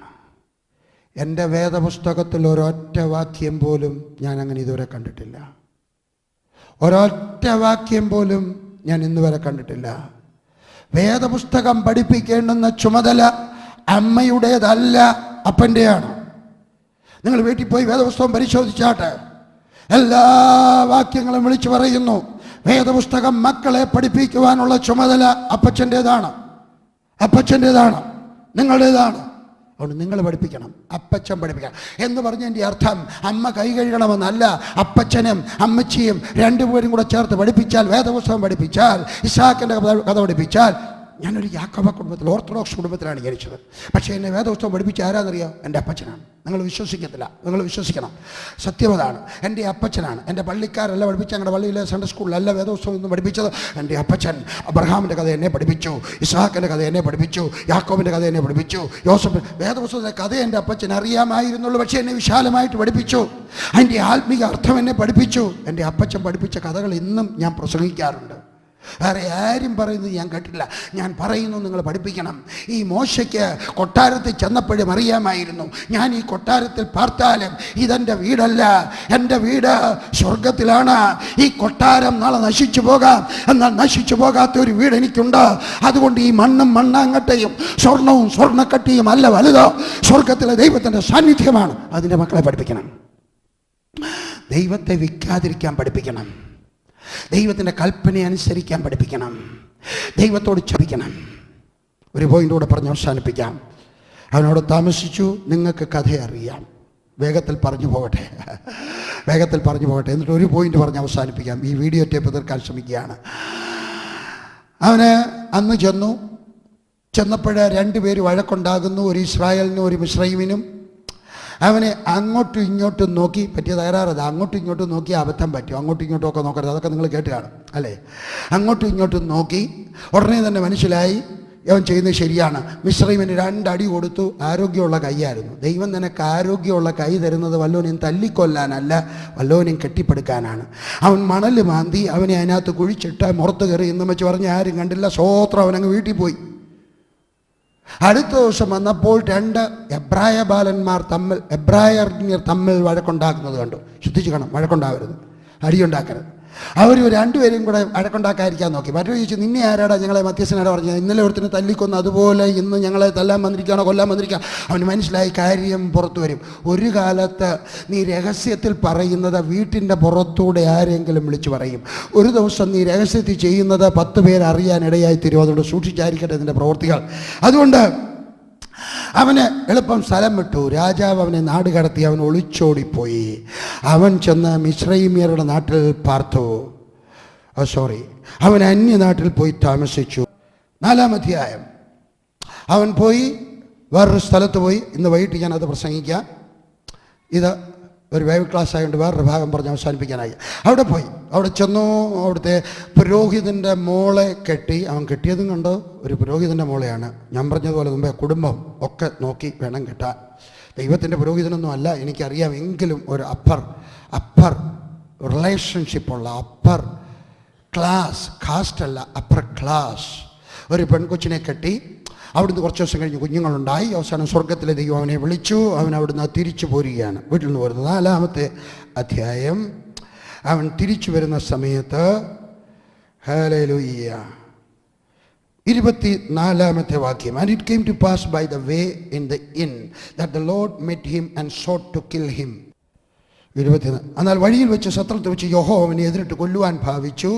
അപ്പോൾ സിപ്പോര ഒരു കൽക്കത്തി എടുത്ത് തൻ്റെ മകൻ്റെ അഗ്രചർമ്മം ഛേദിച്ച് അവൻ്റെ കാൽക്കലിട്ടു. നീ എനിക്ക് രക്തമണവാളൻ എന്ന് പറഞ്ഞു. ഇങ്ങനെ യഹോവ അവനെ വിട്ടഴിഞ്ഞു. ആ സമയത്താകുന്നു അവൾ പരിച്ഛേദന നിമിത്തം രക്തമണവാളൻ എന്ന് പറഞ്ഞത്. എന്നെ ഇത് വളരെ ചിന്തിപ്പിച്ചു. അവനോട് ചെന്നു, ദൈവത്തിൻ്റെ ശബ്ദം കേട്ടു, ദൈവത്തിൻ്റെ വിളി കേട്ടു. അവൻ നിശ്ചയിച്ചു, ഞാൻ പോകാൻ പോവുകയാണ്. ചെന്ന് അമ്മായിയപ്പൻ്റെ ഒക്കെ പറഞ്ഞപ്പോൾ അമ്മായിയപ്പൻ അന്യജാതിക്കാരനായിട്ട് നല്ല മനുഷ്യനായിരുന്നു. അയാൾ സുറിയാനി ക്രിസ്ത്യാനി അല്ലായിരുന്നു.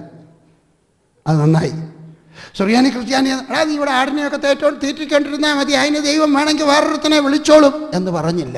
അന്യജാതിക്കാരനായിട്ടും പറഞ്ഞു, ദൈവം നിന്നെ വിളിച്ചെങ്കിൽ ഞാൻ അതിനിടയ്ക്ക് നിൽക്കത്തില്ല, നീ പൊയ്ക്കോ. നിൻ്റെ മക്കളുടെ അടുക്കലും അങ്ങനെ പറയണം, പിടിച്ചു നിർത്തരുത്. അവൻ ഇറങ്ങി തിരിച്ചു, ബിസിനസ്സൊക്കെ പങ്കുവച്ചു. വഴിയിൽ പോയി സത്രത്തിൽ പോയി താമസിച്ചു. അമ്മായിയപ്പൻ അതിൻ്റെ വീതമൊക്കെ വിറ്റ് പൈസയൊക്കെ കൊടുത്തു കാണും.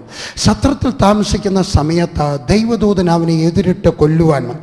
ഞാൻ കട്രായിൽ വെച്ചാണ് ഈ ഭാഗം വായിച്ചത്. ഞാൻ ആകെ പേടിച്ചു പോയി. ദൈവത്തെ അനുസരിക്കുവാൻ ഇറങ്ങിത്തിരിച്ചവനെ കൊല്ലുന്നവനായ ഒരു ദൈവം. ഞാൻ പേടിച്ചു പോയി. ഞാൻ വിചാരിച്ചു, ഈ ദൈവത്തെ ഞാൻ എങ്ങനെ വിശ്വസിക്കും? കാരണം സ്വത്ത് വേണ്ട, വീട് വേണ്ട, ബാങ്കിൽ ബാലൻസ് വേണ്ട, ഒന്നും എന്ന് തീരുമാനിച്ചിരിക്കുന്ന ഞാനും ഇതുപോലെ ഒരു ദിവസം ദൈവത്തിന് കോപം വന്നിട്ട് എന്നെ കൊന്നുകളഞ്ഞാൽ എൻ്റെ ഭാര്യയുടെയും പിള്ളേരുടെയും ആലോചിച്ചിട്ട് പിടികിട്ടിയില്ല. കാരണം അവനെ എന്തുകൊണ്ട് കൊല്ലാൻ ശ്രമിച്ചു? ദൈവം പറഞ്ഞത് അനുസരിച്ചിട്ട് പോകുന്ന ഒരു മനുഷ്യനെ കൊല്ലുന്ന ദൈവം. ഏറെ വർഷങ്ങൾ ഞാൻ കാത്തിരുന്നു. ഒരു ദിവസം വേദപുസ്തകം പഠിച്ചുകൊണ്ടിരിക്കുമ്പോൾ എനിക്ക് എൻ്റെ കാരണം മനസ്സിലായി. ഇങ്ങനെ പറയുകയാണ്, അബ്രഹാം കല്യാണം കഴിഞ്ഞു. ഭാര്യയെടുക്കൽ ആദ്യ രാത്രിയിൽ തന്നെ ഭാര്യയെടുക്ക പറഞ്ഞു, നീ എൻ്റെ ശരീരം ശ്രദ്ധിച്ചു കാണും, ഞാൻ സാധാരണക്കാരനല്ല. നീ വിചാരിക്കുന്നത് ഞാൻ മിശ്രൈമ്യനാണെന്നാണ്. ഞാൻ മിശ്രൈമ്യനല്ല. ഞാൻ ഇസ്രായേലിൻ്റെ ദൈവത്തിൻ്റെ അടയാളം ശരീരത്തിൽ പ്രാപിച്ചിരിക്കുന്നവനാണ്. അർത്ഥം നിങ്ങൾക്ക് മനസ്സിലായി വിചാരിക്കുന്നു. അഗ്രചർമ്മം ഛേദിക്കപ്പെട്ട ഒരു മനുഷ്യനാണ്. അത് കാരണം എന്താണെന്നറിയോ? ദൈവത്തിൻ്റെ അടയാളം എന്നിലുണ്ട്. എനിക്കൊരു വ്യവസ്ഥയുണ്ട്. എനിക്കുണ്ടാകുന്നതെല്ലാം ആൺമക്കളാണെങ്കിൽ ആൺമക്കളുടെയും അഗ്രകർമ്മം ഛേദിച്ച് കളയണം. ഭാര്യ പറഞ്ഞു, സാരമില്ല, നോക്കിക്കളയാം. ഭാര്യ ഗർഭിണിയായി. ഭർത്താവ് പറഞ്ഞു, നിനക്ക് ഓർമ്മയുണ്ടല്ലോ, മോശ പറഞ്ഞു നിനക്ക് ഓർമ്മയുണ്ടല്ലോ, ആൺകൊച്ചാണെങ്കിൽ അഗ്രചർമ്മം ഛേദിക്കണം. അവൾ പറഞ്ഞു, നോക്കിക്കളയാം. അവൾ പ്രാർത്ഥിച്ച് കാണും ചിലപ്പം, കേട്ടോ, കർത്താവേ ഇത് പെങ്കൊച്ചായിരിക്കണം, ഇയാൾ കുരുത്തക്കിടന്നും കാണിക്കുന്നത് കാണാൻ എനിക്ക് ചങ്ങുറപ്പില്ല. പ്രസവിച്ചപ്പോൾ ആങ്കൊച്ച്. മോശ വന്ന് കയറി വന്ന് പ്രസവമൊക്കെ കഴിഞ്ഞ് പതിച്ചൊക്കെ ഇറങ്ങിപ്പോയി കഴിഞ്ഞപ്പോൾ വൈറ്റാട്ടി നിങ്ങൾ എന്ത് വേണമെങ്കിൽ പറഞ്ഞു സൂതികാർമണി ഇറങ്ങിപ്പോയി. മോശ വന്ന് കൊച്ചിനെ കാണാൻ. അവൾ കാണിക്കത്തില്ല. എടീ ഇങ്ങോട്ടൊന്ന് മാറി നോക്കട്ടാണ്. അതാണ് നിങ്ങൾ നോക്കണ്ട. എടീ ഞാനൊന്ന് നോക്കട്ടെ. ഞാൻ വേണ്ട, കയ്യിലെന്തുവായിരിക്കുന്നത്, പിച്ചാത്തിയാന്നോ? വേണ്ട. എടീ ഒരു തകരാറുണ്ട്. ഇത് ദൈവത്തിൻ്റെ കൽപ്പനയാ. ഇത് ചെയ്തില്ലെങ്കിൽ ദൈവം ശിക്ഷിക്കും. അവളും പറഞ്ഞാണ്, ശിക്ഷ വരുന്നെങ്കിൽ ഞാൻ അങ്ങ് അനുഭവിച്ചോളാം. അബദ്ധം പറയരുത്. ദൈവത്തിൻ്റെ ശിക്ഷ വിളിച്ചു വരുത്തരുത്. പല അമ്മമാരും പറയുന്നത് കേട്ടിട്ടുണ്ട്, പല അപ്പന്മാരും പറയുന്നത് കേട്ടിട്ടുണ്ട്. സാരമില്ല, അങ്ങനെ ദൈവം പറയുന്നത് നീ ചെയ്തില്ലെങ്കിൽ അതിൻ്റെ ശിക്ഷ ഞാൻ അങ്ങ് അനുഭവിച്ചോളാം. പറയരുത്. ഈ അമ്മ പറഞ്ഞു കാണും, വേണ്ട മോശേ, ഭർത്താവേ വേണ്ട, അച്ചായം വരണ്ട, പിച്ചാത്തിയും കൊണ്ട് വരണ്ട, ദൂരം. എടി ഇന്നല്ലടി 8ാമത്തെ ദിവസം. അതൊക്കെ ഒരു ആശ്വാസമായി. 7 ദിവസം ഉണ്ടല്ലോ. 8ാമത്തെ ദിവസം കൊച്ചിനെയൊക്കെ മാറ്റിയിട്ടിരിക്കുക. അവൻ വന്ന് പിച്ചാത്തി എടുത്തോണ്ട് അവൾ പിടിച്ചോടിക്കാൻ തരത്തില്ല. എടി ഇങ്ങോട്ട് എടി ഇല്ലെങ്കിൽ ഞാൻ ചത്തുപോടി, ഇല്ലെങ്കിൽ ദൈവത്തിന് വേണ്ട, ഞാനങ്ങ് അനുഭവിച്ചോളാം. പല പ്രാവശ്യം ചോദിച്ചിട്ടും കൊച്ചിനെ കൊടുത്തു കാണത്തില്ല. ഓരോ ജന്മദിനത്തിലും അവൾ ഓർപ്പിച്ച് കാണും, എടി ദൈവത്തിൻ്റെ അനുഗ്രഹം വേണമെങ്കിൽ അഗ്രചർമ്മം ഛേദിക്കണം. വേണ്ട. ഇതാ ദൈവത്തിൻ്റെ കൽപ്പന അനുസരിക്കാൻ പോകുന്ന സമയത്ത് ദൈവത്തിൻ്റെ ദൂതൻ മോശയെ കൊല്ലാൻ വന്നു. എന്താ കാര്യം? ദൈവത്തിൻ്റെ കൽപ്പന അനുസരിക്കാഞ്ഞതുകൊണ്ട്. നിന്റെ ഭാര്യ തടസ്സം നിന്നാലും, നിന്റെ അമ്മായിയമ്മ തടസ്സം നിന്നാലും, നിന്റെ അമ്മായിയപ്പൻ തടസ്സം നിന്നാലും, എൻ്റെ ദൈവം നിന്നോട് എന്തെങ്കിലും പറഞ്ഞാൽ അനുസരിച്ചോണം.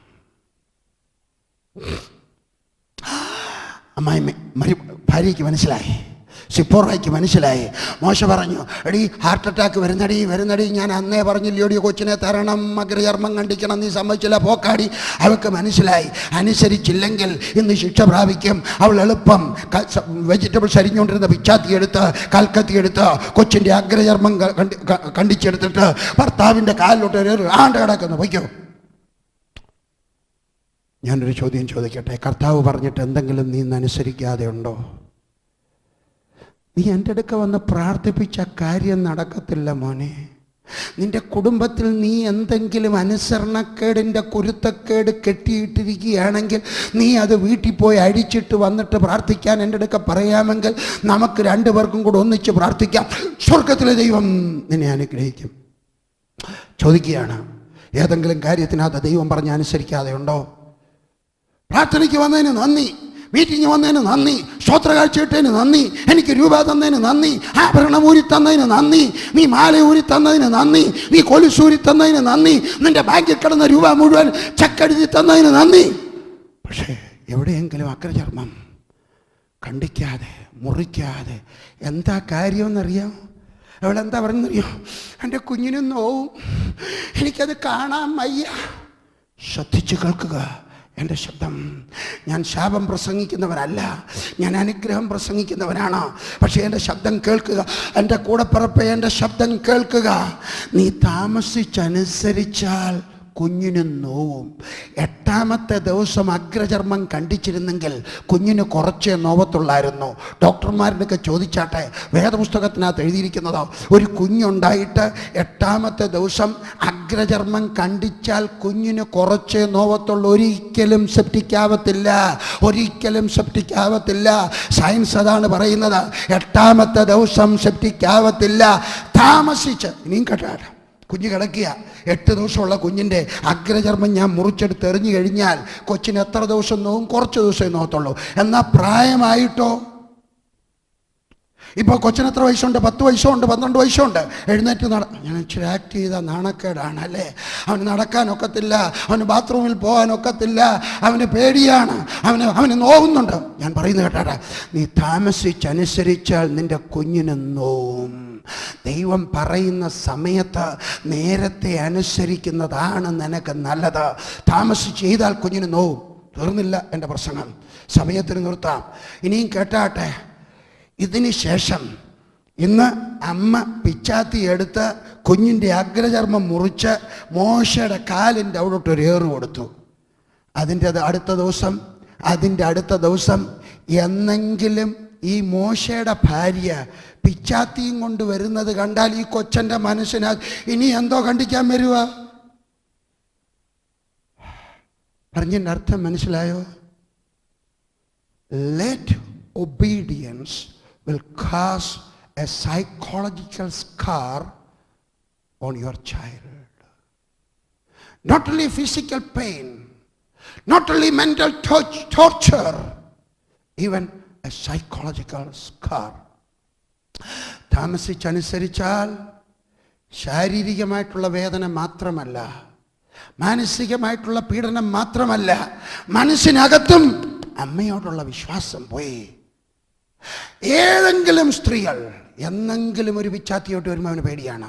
എൻ്റെ ബലമായ വിശ്വാസം, അവൻ വിവാഹം കഴിഞ്ഞിട്ട് അവൻ്റെ ഭാര്യ പിച്ചാത്തിയുമായിട്ട് വന്നാലും അവന് പേടിയായിരിക്കും. ഞാൻ ഈ പറയുന്നതിൻ്റെ അർത്ഥം ഇവിടെ പറഞ്ഞു നിർത്തുകയാണ്.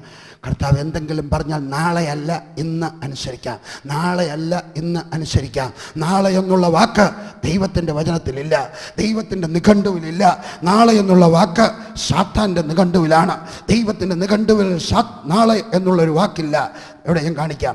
പുറപ്പാട് പുസ്തകം നാളെ 8-ാം അധ്യായം 10-ാമത്തെ വാക്യം. ദേശത്ത് മുഴുവൻ, ഫറവോൻ്റെ നാട് മുഴുവൻ മാക്രി ഏറി. 10 ബാധകൾ. അതിനകത്ത് ഒരു ബാധയാണ് മാക്രി.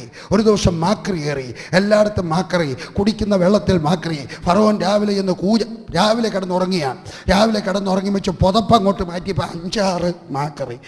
കുടിക്കാൻ ഒരു ഗ്ലാസ് വെള്ളം എടുക്കാമെന്ന് വെച്ച് കൂജെടുത്തപ്പോൾ അതിനകത്ത് ഒരു മാക്രി. പല്ല് തേക്കാമെന്ന് വെച്ച് ഉമിക്കരി എടുത്തപ്പോൾ അതിനകത്തും 2 മാക്രി. എവിടായാലും മാക്രി. ഇരിക്കാൻ വയ്യ, നിൽക്കാൻ വയ്യ, കിടക്കാൻ വയ്യ. മോശ വിളിച്ചു. മോശെ വേണ്ട എന്ന് പറയുന്ന നിന്നെ കൊണ്ട് വേണമെന്ന് പറയിപ്പിക്കാൻ എൻ്റെ ദൈവത്തിനറിയാം.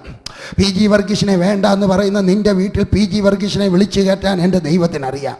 ദൈവദാസന്മാർ എൻ്റെ വീട്ടിൽ വരരുത്, വേദോത്സവം പറയുന്നു എൻ്റെ വീട്ടിൽ വരരുത്, ഹല്ലേലൂയ പറയുന്നു വരരുതെന്ന് പറയുന്ന നിന്നെ കൊണ്ട് ഉപദേശിമാരെ കാല് വിളിച്ച് കയറ്റിക്കാൻ എൻ്റെ ദൈവത്തിനറിയാം. ശപിക്കുകയല്ല, മുന്നറിയിപ്പ് തരികയാണ്. ചില കട്ടിയായിപ്പോയി എൻ്റെ പ്രസംഗം. പിന്നെ ഞാൻ എങ്ങനെ പ്രസംഗിക്കണം? നിങ്ങളെ സ്നേഹിക്കുന്നത് കൊണ്ട് വിളിച്ചു പറയുകയാണ്. ഫറവോൻ വിളിച്ചു പറഞ്ഞു, അയ്യോ മോശെ ഓടിവായോ. മോശെ വന്നിട്ട് ചോദിച്ചു, എന്താ പറ്റി? പറഞ്ഞ എല്ലായിടത്തും മാക്രിയാണ്, ഞാൻ എന്താ വേണം? ഒന്ന് പ്രാർത്ഥിയിര്. ചോദ്യം, എപ്പം പ്രാർത്ഥിക്കണം? ഫറവോൻ പറഞ്ഞു, നാളെ. എന്ന് പറഞ്ഞാൽ ഇന്ന് രാത്രിയൂടെ ഞാൻ ഈ മാക്രിയോടെ കിടന്നോട്ടെ. എൻ്റെ പൊന്നമ്മ, എന്തിനാ ഈ മാക്രിയുടെ കൂടെ കിടന്നുറങ്ങുന്നേ? ഇന്നങ്ങ് പ്രാർത്ഥിക്ക്, ഇന്നങ്ങ് അനുസരിക്ക്. പോരായോ ഈ മാക്രിയുടെ? ചോദിക്കുകയാണ്, പോരായോ ഈ മാക്രിയോടെ കഴിഞ്ഞത്? പോരായോ ഈ ശാപത്തിൽ കഴിഞ്ഞത്? പോരായോ ഈ കഷ്ടതയിൽ കഴിഞ്ഞത്? പോരായോ ഈ വേദനയിൽ കഴിഞ്ഞത്? എന്തുകൊണ്ട് ദൈവം പറഞ്ഞ് അനുസരിക്കുന്നില്ല? എന്തുകൊണ്ട് ദൈവം പറഞ്ഞ് അനുസരിക്കുന്നില്ല? കണ്ണുകളടയ്ക്കാം, പ്രാർത്ഥിക്കാം. നാളെയല്ല, ഇന്ന്. ദൈവത്തിൻ്റെ നിഘണ്ടുവിൽ നാളെ എന്നൊരു വാക്കില്ല, ഇന്ന്. ദൈവം ഇന്ന് എന്തെങ്കിലും പറഞ്ഞാൽ അനുസരിക്കാൻ നിനക്ക് മനസ്സുണ്ടോ? ദൈവം എന്തെങ്കിലും പറഞ്ഞാൽ അനുസരിക്കാൻ മനസ്സുണ്ടോ? നാളെയല്ല, ഇന്ന്. എന്തെങ്കിലും എനിക്കറിഞ്ഞൂടാ, ഓരോരുത്തർക്കും ഓരോ വിധത്തിലായിരിക്കാം. ദൈവം നിന്നോട് എന്തെങ്കിലും പറഞ്ഞിട്ടുണ്ടെങ്കിൽ, നിന്നെ സമർപ്പിക്കാൻ പറഞ്ഞിട്ടുണ്ടെങ്കിൽ, നിന്റെ മക്കളെ ദൈവത്തിന് കൊടുക്കാൻ പറഞ്ഞിട്ടുണ്ടെങ്കിൽ, നിന്റെ പണം കൊടുക്കാൻ പറഞ്ഞിട്ടുണ്ടെങ്കിൽ, എനിക്കറിഞ്ഞൂടാ. ദൈവം നിന്നോട് എന്തെങ്കിലും പറഞ്ഞിട്ടുണ്ടെങ്കിൽ, മനസ്സാന്തരപ്പെടാൻ പറഞ്ഞിട്ട്, വീട്ടിലിരിക്കുന്ന ഏതെങ്കിലും ബിംബങ്ങൾ എടുത്ത് എറിഞ്ഞു കളയണമെന്ന് പറഞ്ഞിട്ട്, ദൈവം എന്തെങ്കിലും പറഞ്ഞിട്ട് അനുസരിക്കാതെ ഇരിക്കുകയാണോ? ഇന്ന് അനുസരിച്ചാട്ട്. നാളെയല്ല, ഇന്ന്. നാളെയല്ല, ഇന്ന്. ഇന്ന് താമസിച്ച് അനുസരിക്കുന്നത് നിൻ്റെ കുഞ്ഞിനെ നോവിക്കും. താമസിച്ച് അനുസരിക്കുന്നത് കുഞ്ഞിൻ്റെ ഹൃദയത്തിൽ ഡീപ്പ് സ്കാർ ഉണ്ടാക്കും, ആഴത്തിൽ മുറിവുകൾ വീഴ്ത്തും. അതുകൊണ്ട് ഇന്ന് അനുസരിക്കുന്നവരായി തീരാം. കുടുംബത്തിന് അനുഗ്രഹം നമുക്ക് വിളിച്ചു വരുത്താം. നമ്മുടെ തലമുറകൾക്ക് അനുഗ്രഹം വിളിച്ചു വരുത്താം. നമ്മുടെ മക്കൾക്ക് അനുഗ്രഹം വിളിച്ചു വരുത്താം. ദൈവത്തോട് ചേർന്ന് നടക്കാം. അതുകൊണ്ട് നമ്മുടെ കുടുംബത്തിന് അനുഗ്രഹം വിളിച്ചു വരുത്താം. കുടുംബത്തിന് അനുഗ്രഹം. നിങ്ങൾക്ക് എൻ്റെ പ്രസംഗം മനസ്സിലായി എന്ന് വിശ്വസിക്കുകയാണ്. കർത്താവ് പറഞ്ഞ ഏതെങ്കിലും കാര്യത്തിനകത്ത് അനുസരിക്കുവാൻ അമാന്തിച്ചു പോയിട്ടുണ്ടെങ്കിൽ, കർത്താവെ ഞാൻ ഇന്നനെ തന്നെ സമർപ്പിക്കുന്നു എന്ന് പറയുവാൻ നിങ്ങൾക്ക് കഴിയുമോ? കർത്താവെ ഞാൻ അനുസരിക്കാമെന്ന് പറയുവാൻ നിങ്ങൾക്ക് മനസ്സുണ്ടോ? കർത്താവെ ഞാൻ ഇതുവരെ അനുസരിക്കുവാൻ താമസിച്ചു പോയി, എന്നോട് ക്ഷമിക്കണമേ, ഇന്ന് ഞാൻ എന്നെ തന്നെ സമർപ്പിക്കുന്നു എന്ന് പറയുവാൻ നിങ്ങൾക്ക് കഴിയുമോ? പ്രാർത്ഥിക്കുക. ഏതെങ്കിലും കാര്യത്തിൽ അനുസരണക്കേട് കാണിച്ചു, അനുസരിക്കുവാൻ താമസിച്ചു പോയി, കർത്താവെ ഇന്ന് ഞാൻ നിൻ്റെ ശബ്ദം കേട്ടു, ഞാൻ അനുസരിക്കാം എന്ന് പറയുവാൻ ആഗ്രഹിക്കുന്നവർ എഴുന്നേറ്റ് നിൽക്കാം. വേറെ ഒരാൾ എഴുന്നേറ്റ് കഴിയുമ്പോഴല്ല,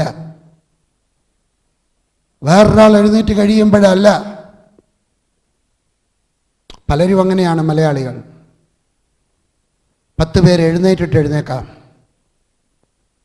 വേഗത്തിൽ അനുസരിക്കുന്നവനെ ഓടിച്ചിട്ട് അനുഗ്രഹിക്കുന്നവനാണ് എൻ്റെ ദൈവം. താമസിച്ചനുസരിക്കുന്നവന് അനുഗ്രഹം കിട്ടാതെ ഇരിക്കാനാണ് സാധ്യത. ഏതെങ്കിലും കാര്യത്തിനകത്ത് ദൈവം എന്നോട് സംസാരിച്ചു, ഞാൻ അനുസരിക്കുവാൻ താമസിച്ചു പോയി. ചുമ്മാതല്ല എൻ്റെ കുഞ്ഞുങ്ങൾക്ക് നോവുന്നത്, ചുമ്മാതല്ല എനിക്ക് നോവുന്നത്, കുഞ്ഞുങ്ങൾ ചുമ്മാതല്ല സംഹാരദൂതൻ എൻ്റെ പിന്നാലെ വരുന്നത്. നാളെ എന്നുള്ള വാക്ക് ഇനി അനുസരണ കാര്യത്തിൽ എൻ്റെ ജീവിതത്തിനകത്ത് ഉണ്ടായിരിക്കത്തില്ല. ഇന്ന് ഞാൻ അനുസരിക്കുന്നു. പ്രാർത്ഥിക്കാൻ പോവുകയാണ്. ഞങ്ങളെ സ്നേഹിക്കുന്നവനായ സ്വർഗീയ പിതാവേ, എൻ്റെ കുഞ്ഞുങ്ങളോട് സംസാരിക്കുവാൻ നീ എനിക്കൊന്ന് ഭാഗ്യം തന്നല്ലോ, എനിക്കതിനുള്ള ബലം തന്നല്ലോ, എൻ്റെക്ക് തൊണ്ട തന്നല്ലോ. നിനക്ക് സ്തോത്രം. ഒരു നല്ല പ്രസംഗം പ്രസംഗിച്ചുള്ള ഗ്രേഡ് വാങ്ങിച്ചുകൊണ്ട് പോകാനല്ല, നിൻ്റെ കുഞ്ഞുങ്ങൾ അനുസരിക്കുമ്പോൾ അവർ അനുഗ്രഹം പ്രാപിക്കുന്നത് ഈ ഭൂമിയിൽ കാണുവാൻ സ്വർഗത്തിൽ വരുമ്പോൾ അവിടെ കാണുവാൻ കർത്താവ് സഹായിക്കണമേ. നിൻ്റെ കുഞ്ഞുങ്ങൾ ഏതൊക്കെ കാര്യത്തിലാണോ തീരുമാനമെടുക്കുന്നത്, യേശുവിൻ്റെ നാമത്തിൽ അവർ അനുഗ്രഹം പ്രാപിക്കട്ടെ. യേശുവിൻ്റെ നാമത്തിൽ ദൈവത്തിൻ്റെ സാന്നിധ്യം പ്രാപിക്കട്ടെ. കർത്താവ് യേശുവിൻ്റെ നാമത്തിൽ നിൻ്റെ കൃപ അവരുടെ മേൽ ഉണ്ടാകട്ടെ. യേശുവിൻ്റെ നാമത്തിൽ അവർ അനുസരണത്തിന് തീരുമാനമെടുക്കുമ്പോൾ അനുഗ്രഹിക്കുന്നവനായ ദൈവമേ, നീ അവരെ അനുഗ്രഹിക്കണമേ എന്ന് പ്രാർത്ഥിക്കുകയാണ്. യേശുവിൻ്റെ നാമത്തിൽ ഞാൻ അവരെ അനുഗ്രഹിക്കുന്നു. യേശുവിൻ്റെ നാമത്തിൽ ഞാൻ അവരെ അനുഗ്രഹിക്കുന്നു. പിതാവിൻ്റെയും പുത്രൻ്റെയും പരിശുദ്ധാത്മാവിൻ്റെയും നാമത്തിൽ ഞാൻ അവരുടെ മേലുള്ള ശാപങ്ങളെ അഴിച്ചു മാറ്റുകയാണ്. മോശയുടെ പിന്നാലെ സംഹാരദൂതൻ വന്നതുപോലെ അവരുടെ പിന്നാലെ വരുന്നതായിട്ടുള്ള സംഹാരദൂതൻ ഈ സമയത്ത് അവരെ വിട്ട് മാറിപ്പോകട്ടെ, അവരെ വിട്ട് ഓടിപ്പോകട്ടെ. അവർ അനുസരിക്കുമ്പോൾ അനുഗ്രഹം അവരെ തേടി വരട്ടെ. അവരുടെ കുഞ്ഞുങ്ങൾ അനുഗ്രഹം പ്രാപിക്കട്ടെ, അവരുടെ കൊച്ചുമക്കൾ അനുഗ്രഹം പ്രാപിക്കട്ടെ. ദൈവത്തിൻ്റെ കൃപ അവർക്കുണ്ടാകട്ടെ, ദൈവത്തിൻ്റെ സമാധാനം അവർക്കുണ്ടാകട്ടെ, ആരോഗ്യം അവർക്കുണ്ടാകട്ടെ. അവരുടെ നാൽക്കാലികൾ അനുഗ്രഹം പ്രാപിക്കട്ടെ, അവരുടെ കൃഷിഭൂമി അനുഗ്രഹം പ്രാപിക്കട്ടെ, അവരുടെ ബിസിനസ് അനുഗ്രഹം പ്രാപിക്കട്ടെ. യേശുവിൻ്റെ നാമത്തിൽ അവർ അനുഗ്രഹം പ്രാപിക്കട്ടെ. യേശുവിൻ്റെ നാമത്തിൽ, യേശുവിൻ്റെ നാമത്തിൽ, യേശുവിൻ്റെ നാമത്തിൽ. ആമേൻ. Indian Evangelical Team 126 Andheri Mode, New Delhi 110074. 24 hours prayer line 011 2630 1907.